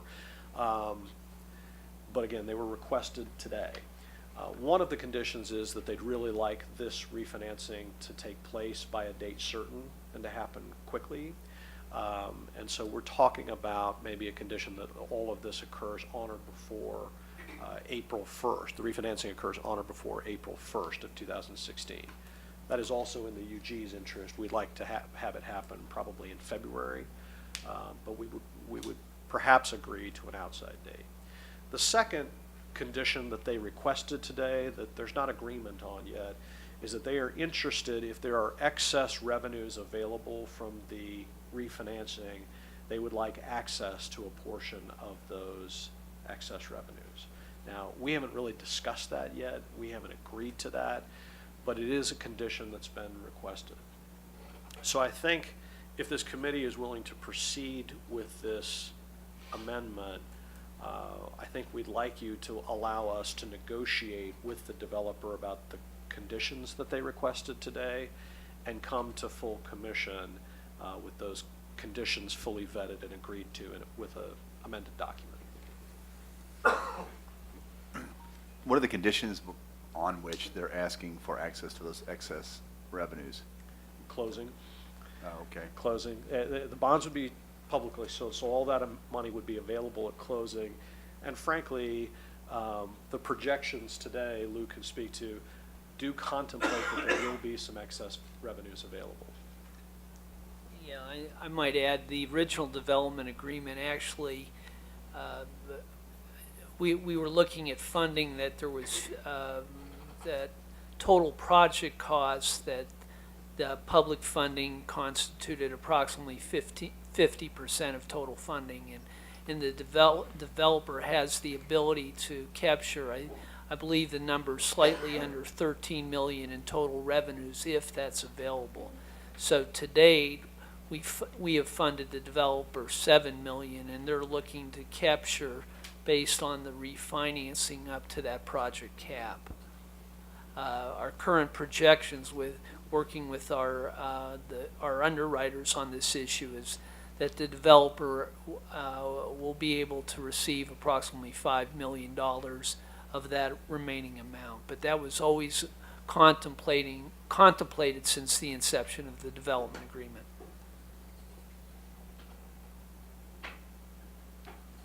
So clarify that for me. If it was contemplated, why do they have to ask for it now? They don't have to. I think what they're asking is that not only are they asking, they're saying it's an absolute condition to remove that pledge, and we're saying what we're going to provide them what the underwriter's able to achieve, and it appears it will be that $5 million number, but a month from now it may turn out to be 4.8 million. And what the developer proposed today is they'll pledge that 1% CID, but they want to retain, or they want some guarantee that they're going to get that 5 million. And I think we're not quite in a position to say today with absolute certainty that they're going to be able to receive that 5 million. Thank you. Yes, ma'am.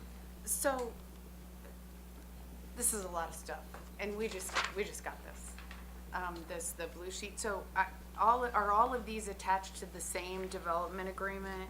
Yes. All these things on the blue sheet? Well, I guess I don't know everything that's on the blue sheet. The transfer and sale of Wyandotte Plaza Retail Center. Yeah. Okay. Yes. That one is. Yeah, you guys, so we can't keep doing this. I mean, you're asking commissioners that are part-time to review the details of, the intricate details of a development agreement, and then we just got this today. I have no idea what's going on. So I feel even, it's just irresponsible for me to even vote. But it's how we've done business for years. It just doesn't seem like it's ever gonna change, no matter how much I complain about it. I mean, I don't even know why these come in front of us. I mean, it seems like when you bring them to us the day of the vote, that you really just want us to do whatever staff says. So if, I mean, I guess if Lou is okay with it, and Doug is okay with it, and George and those guys are from economic development are okay with it, I mean, okay. I mean, I don't know what else to say. I mean, so, I mean, I could dig into it and ask 100 questions, but it's 7:15, and I really haven't had any time to prepare, so. So what do you want us to do? If you'd like us to address the two, I believe in the blue sheets, there are two different assignment documents that pertain to this development agreement. If you'd like, I'd be happy to quickly give you an overview about what those two things do. No, honestly, no. I mean, don't waste your time. Believe me, I understand a development deal, and truly the devil is in the details of these deals. And in order to really review them thoroughly and know what's going on, you need to really pay attention to the details. And you don't have enough time, and I don't have enough time to go over it. My complaint is more with process.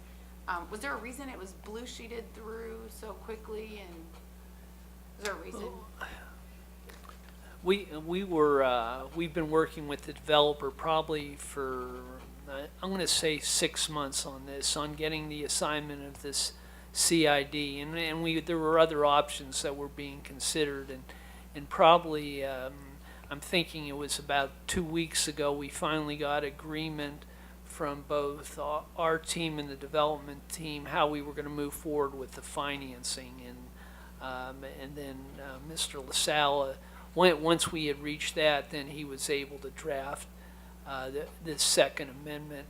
I think the developer has a strong interest in moving forward with the sale of the property prior to year end. And Commissioner, you're correct. We're bringing forth these actions to you with limited time to review. What I might suggest is maybe a motion where you move it forward to the meeting on the 17th. You'll have another at least 10 days to further review in more detail. These items do not need to be on the consent agenda, and you can ask for another staff presentation on these items, and you have the ability to fully vent and review the documents as well as the other commissioners prior to and have that discussion at the meeting on the 17th. Okay. I don't like blue sheets on development agreements. I mean, because, sorry, Gail. So I'll just say this. There's been a big issue about transparency and things like that with our government. Todd, I know you. I trust you. I think you're a quality developer and you've done good work. I trust Lou Levin. I think he's done a good job. Apparently the problem, though, is with the bigger political body who has concerns about those relationships and them not being very public or open to the public. I don't know how we're doing anything differently by just nodding our heads and voting when big development agreements like that are pushed through. Because really, at the end of the day, what it requires us is to trust the people doing the proposing. So my frustration is more with our internal operations and the way we vote on things than with your presentation. But I would like, if we're gonna level the playing field and it's gonna be open and transparent across the board with this government, then we need to give this to us before the day of the vote. Because there's no way, just for public record, that we could know what this development agreement is about in the day it was given to us. So, nothing personal. Thank you both. Do a great job, but I want the public to know I couldn't have reviewed these blue sheets. Commissioner Townsend? Thank you. I just had one question that I could see to ask in all of this. I'd seen it a couple of days. And it goes back to both of these, the comments that we had, the UG had committed to back 9.5 million of the bonds. So how does this amendment, I know that we are selling, or that there is a sale of these entities, because we talked about that at several months ago. How does that sale relate to our obligation? That's just the simple question that I had about it. So the sale, particularly the Philip Edison sale, which is really the purchase of all of the inline space and is covered by one of these two blue sheeted items, it really separates the financing portion of the project versus the ownership and the operation of the center. So in this document, this 5 or 6 page document, Philip Edison, the buyer of most of the inline space at the center, they are going to take on all of the development agreement obligations about owning the center, operating the center, maintaining it, insuring it, so forth. But the financing commitments, the bonds, the repayment of the money that's been advanced, and the financial deal that Lou spoke to, that's going to remain with Legacy. It does not transfer to the new buyer. The financing piece remains with the current developer. And what has that to do with the 9.5 that the UG is back? Anything or nothing? Or Well, the UG portion that's been backed would be refinanced by this bond sale that's Lou's talking about, and the UG backing will go away in the spring. So that's a good thing. Thank you. That's correct. Okay, thank you.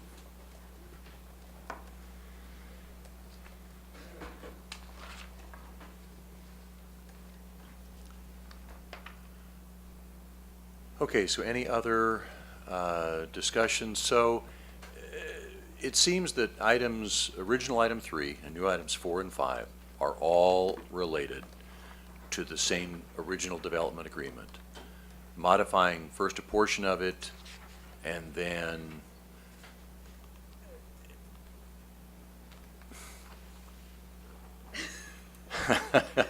okay, Exactly. major Well, point. So break it down for us, summarize for us, and tell me, as an employee and as a consultant, is there economic or financial danger to us in doing this? What is our risk in proceeding along this pathway?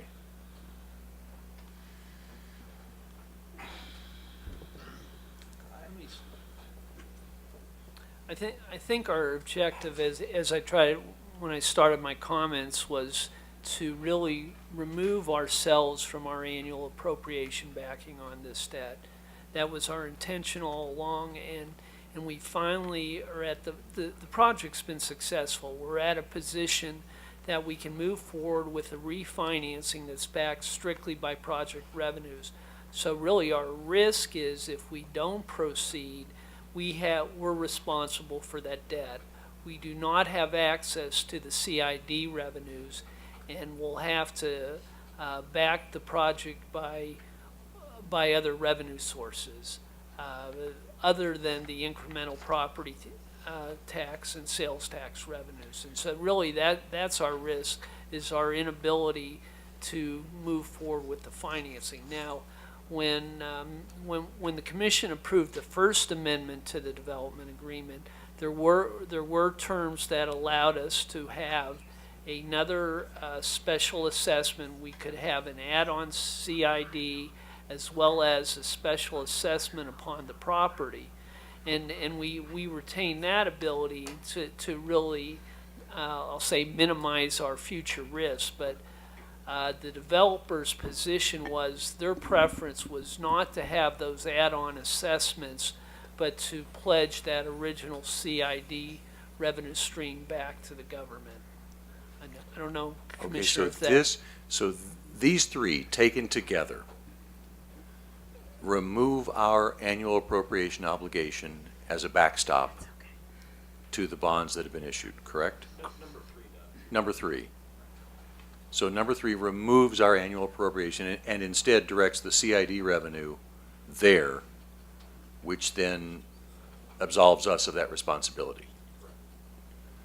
Okay, give me something that simple for 4 and 5. 4 and 5 are about you being in contract with new parties for portions of the center. All of the inline space, there would be a new buyer named Philip Edison, who is a big grocery store, shopping center owner. They own about 270 centers in the country and have a lot of money.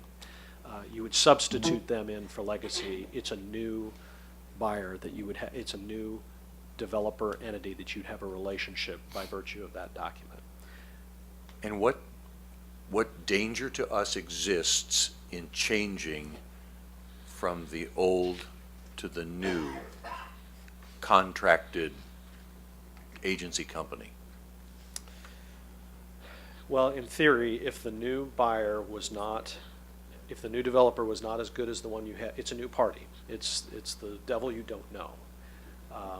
They are a publicly held company. There's a lot of information available about their experience with shopping centers just like this and their net worth, which is substantial.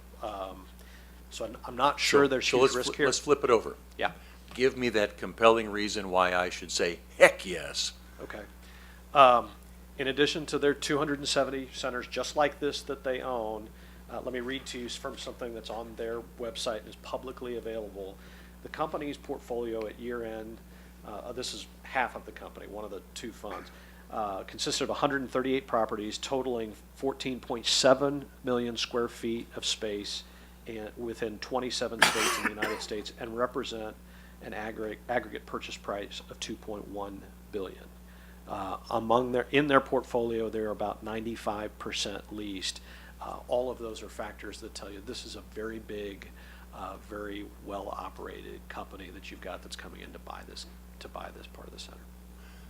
And so this isn't for you, Mr. LaSala, because you have almost nothing. But when we do blue sheet stuff like this, I think what would be really great is if we could, if we want to go quickly on it, try to get as much clarity as we can. So some sort of a presentation where we boil down and get those points that Mr. LaSala just articulated, get those up here, even email those out to us, even if it's immediately prior to the meeting, so we have some documentation to refer to that helps to clarify and crystallize what it is we're being asked to do, I think would be great. Mr. Alvey. Well, I guess I just want to clarify. So what I understand is the original agreement, the original objective of the agreement was to unified government would back bonds in order to allow this development to go forward to redevelop Wyandotte Plaza, and that part of the agreement allowed the developer to come back and claim any excess revenues at this point. So we would simply be living up to our side of the agreement to try and move this project forward. We are now at the point where we can refinance these, back the UG out of it, and really not put ourselves at risk. That's correct. I think if you refinance these bonds, the UG has less risk than it had before. Okay. All right. Thank you. Yes, ma'am. The only other comment I wanted to make goes back to a discussion we had when this came up, the sale of it. If there's no financial risk to us and we improve that aspect of it, that's one thing. I guess the issue maybe for future that we'd like to see, aside from the new buyer coming in, is there any way that we could get information about what their properties look like? Because that was really part of the concern expressed a couple of months ago when we have somebody new. We know Red Legacy.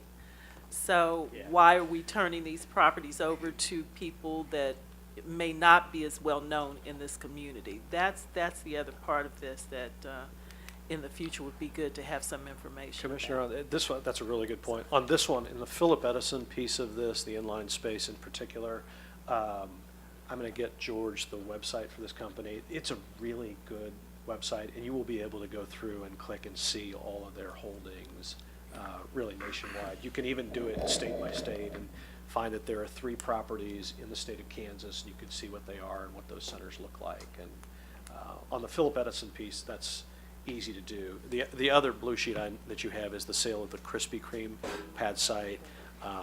That's a different buyer, kind of a smaller family investor type buyer. There's not as much information about their other holdings or their financials, but there you have a lease where Krispy Kreme corporate is the tenant on that lease and takes on most of the ownership responsibilities by virtue of that lease. I was just going to offer, make a quick introduction, maybe invite him up here. Dave Claflin with Legacy Development is here. And as we were going to get to the blue sheet items, we did have just a brief presentation tonight, but we were after the other items, and so maybe in retrospect we should have done a quick display first. But maybe Dave can offer a few comments about what Legacy's relationship is with Phillips Edison and why they're interested in selling the center to him. Good evening, sir. Thank you. Dave Claflin, thank you for having me tonight. And Mr. LaSalle has kind of covered the great reputation and the background of Phillips Edison. Like he said, 270 properties across the country. They're in 32 different states. They're all primarily grocery-anchored neighborhood centers, just like Wyandotte Plaza. They've been in business for 24 years. They have 2 projects in Missouri, both on the St. Louis side. They have 3 here in Kansas, and 2 of them are here in the Kansas City area. One I'm very familiar with. It's called Quivira Crossings. It's at 135th Street and Quivira in Overland Park. Very nice. You can either pull it up on their website or find other pictures of it or drive by it and see the caliber of it. The other one is called Falcon Valley at 101st Street in Lenexa. So they're both very nice, nicer quality centers. And in fact, the way we became familiar with this whole project was through Phillips Edison. They originally had the project under contract in 2011. And as part of their due diligence, began talking to Price Chopper. They learned that Price Chopper really wanted not just some renovations, they wanted a new store. They wanted to upgrade this whole facility. And that's really not the business that Phillips Edison is in. They're a REIT that kind of maintains projects, but that happens to be Red Legacy's business in adding value, figuring out new leases, the construction, the design, and the way it all works. And so we put this whole project, they assigned the contract to us in 2011, and we pulled it across the finish line, and we feel like it is a successful project today. So you did have what I asked for if I'd have just waited for it. Just read my mind. Yeah. I'm working on that. Any other comments or questions or discussion here? And so I guess my question would be for Mr. Moore. These items, do they need to be taken separately, or because they are interrelated, can they all be accomplished with one vote? I think it really would be best to have separate votes on these, because you're talking about different parties in items 4 and 5, and then in item number 3, it involves financing. So Move to approve item number 3. So there's been a motion to approve the second amendment, and there's been a second. Any further discussion? Roll call, please. Roll call. Alvey. Aye. Walters. Aye. Murguia. Aye. Townsend. Aye. McKiernan. Aye. Move to approve item number 4. Second. There's been a motion and a second to adopt the resolution specified by item number 4. Any further discussion? Roll call, please. Roll call. Alvey. Aye. Walters. Aye. Murguia. Aye. Townsend. Aye. McKiernan. Aye. Move to approve item number 5. There's been a motion to approve adopting the resolution as specified in item number 5 and a second. Any further discussion? Hearing none. Roll call, please. Roll call. Alvey. Aye. Walters. Aye. Murguia. Aye. Townsend. Aye. McKiernan. Aye. Thank you so much. Thank you. Appreciate it.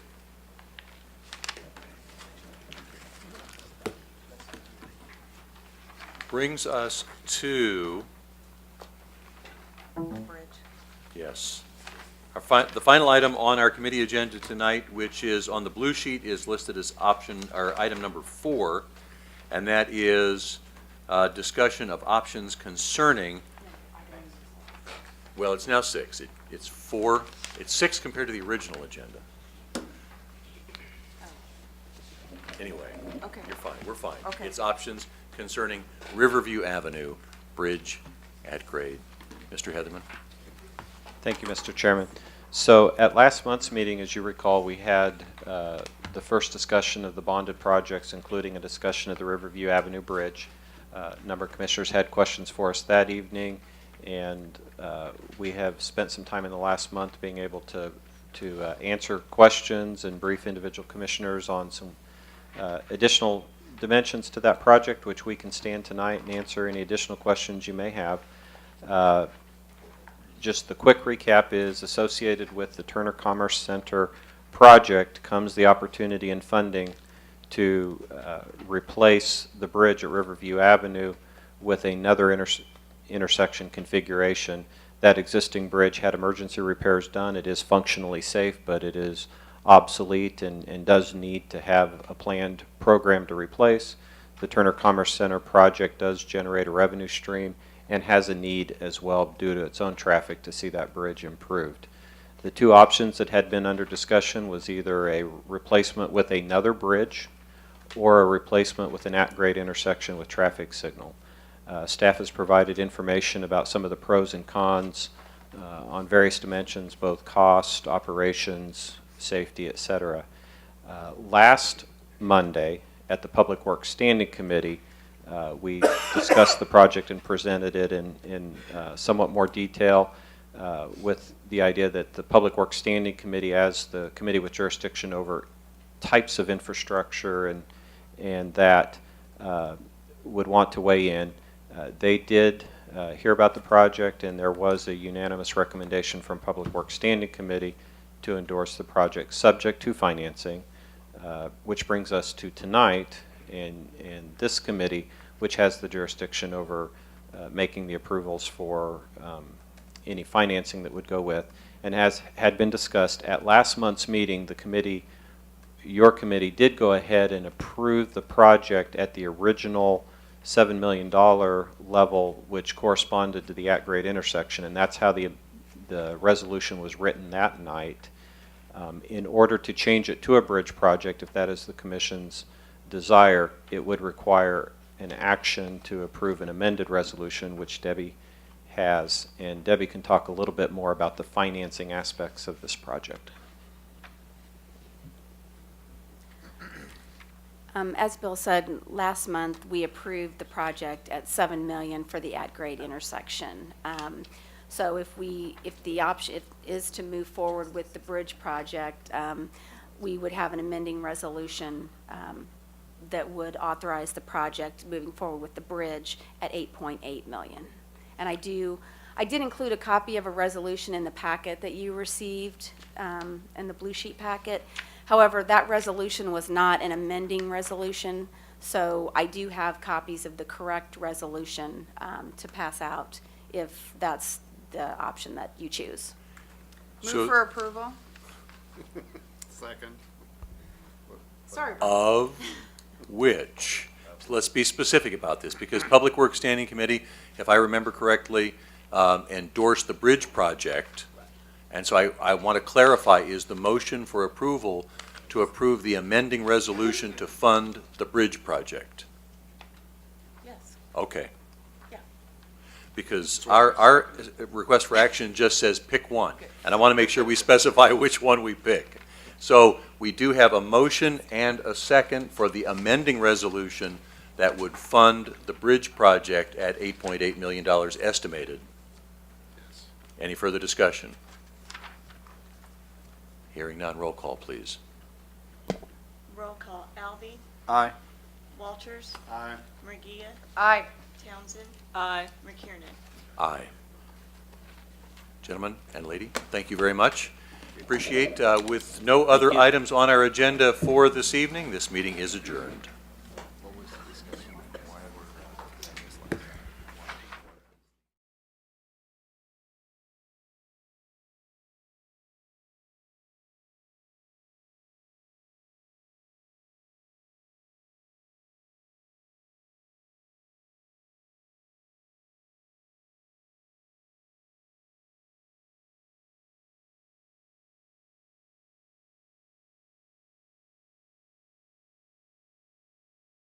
Thank you for watching. Please visit our website at www.wycokck.org for a complete listing of our schedule for public meetings.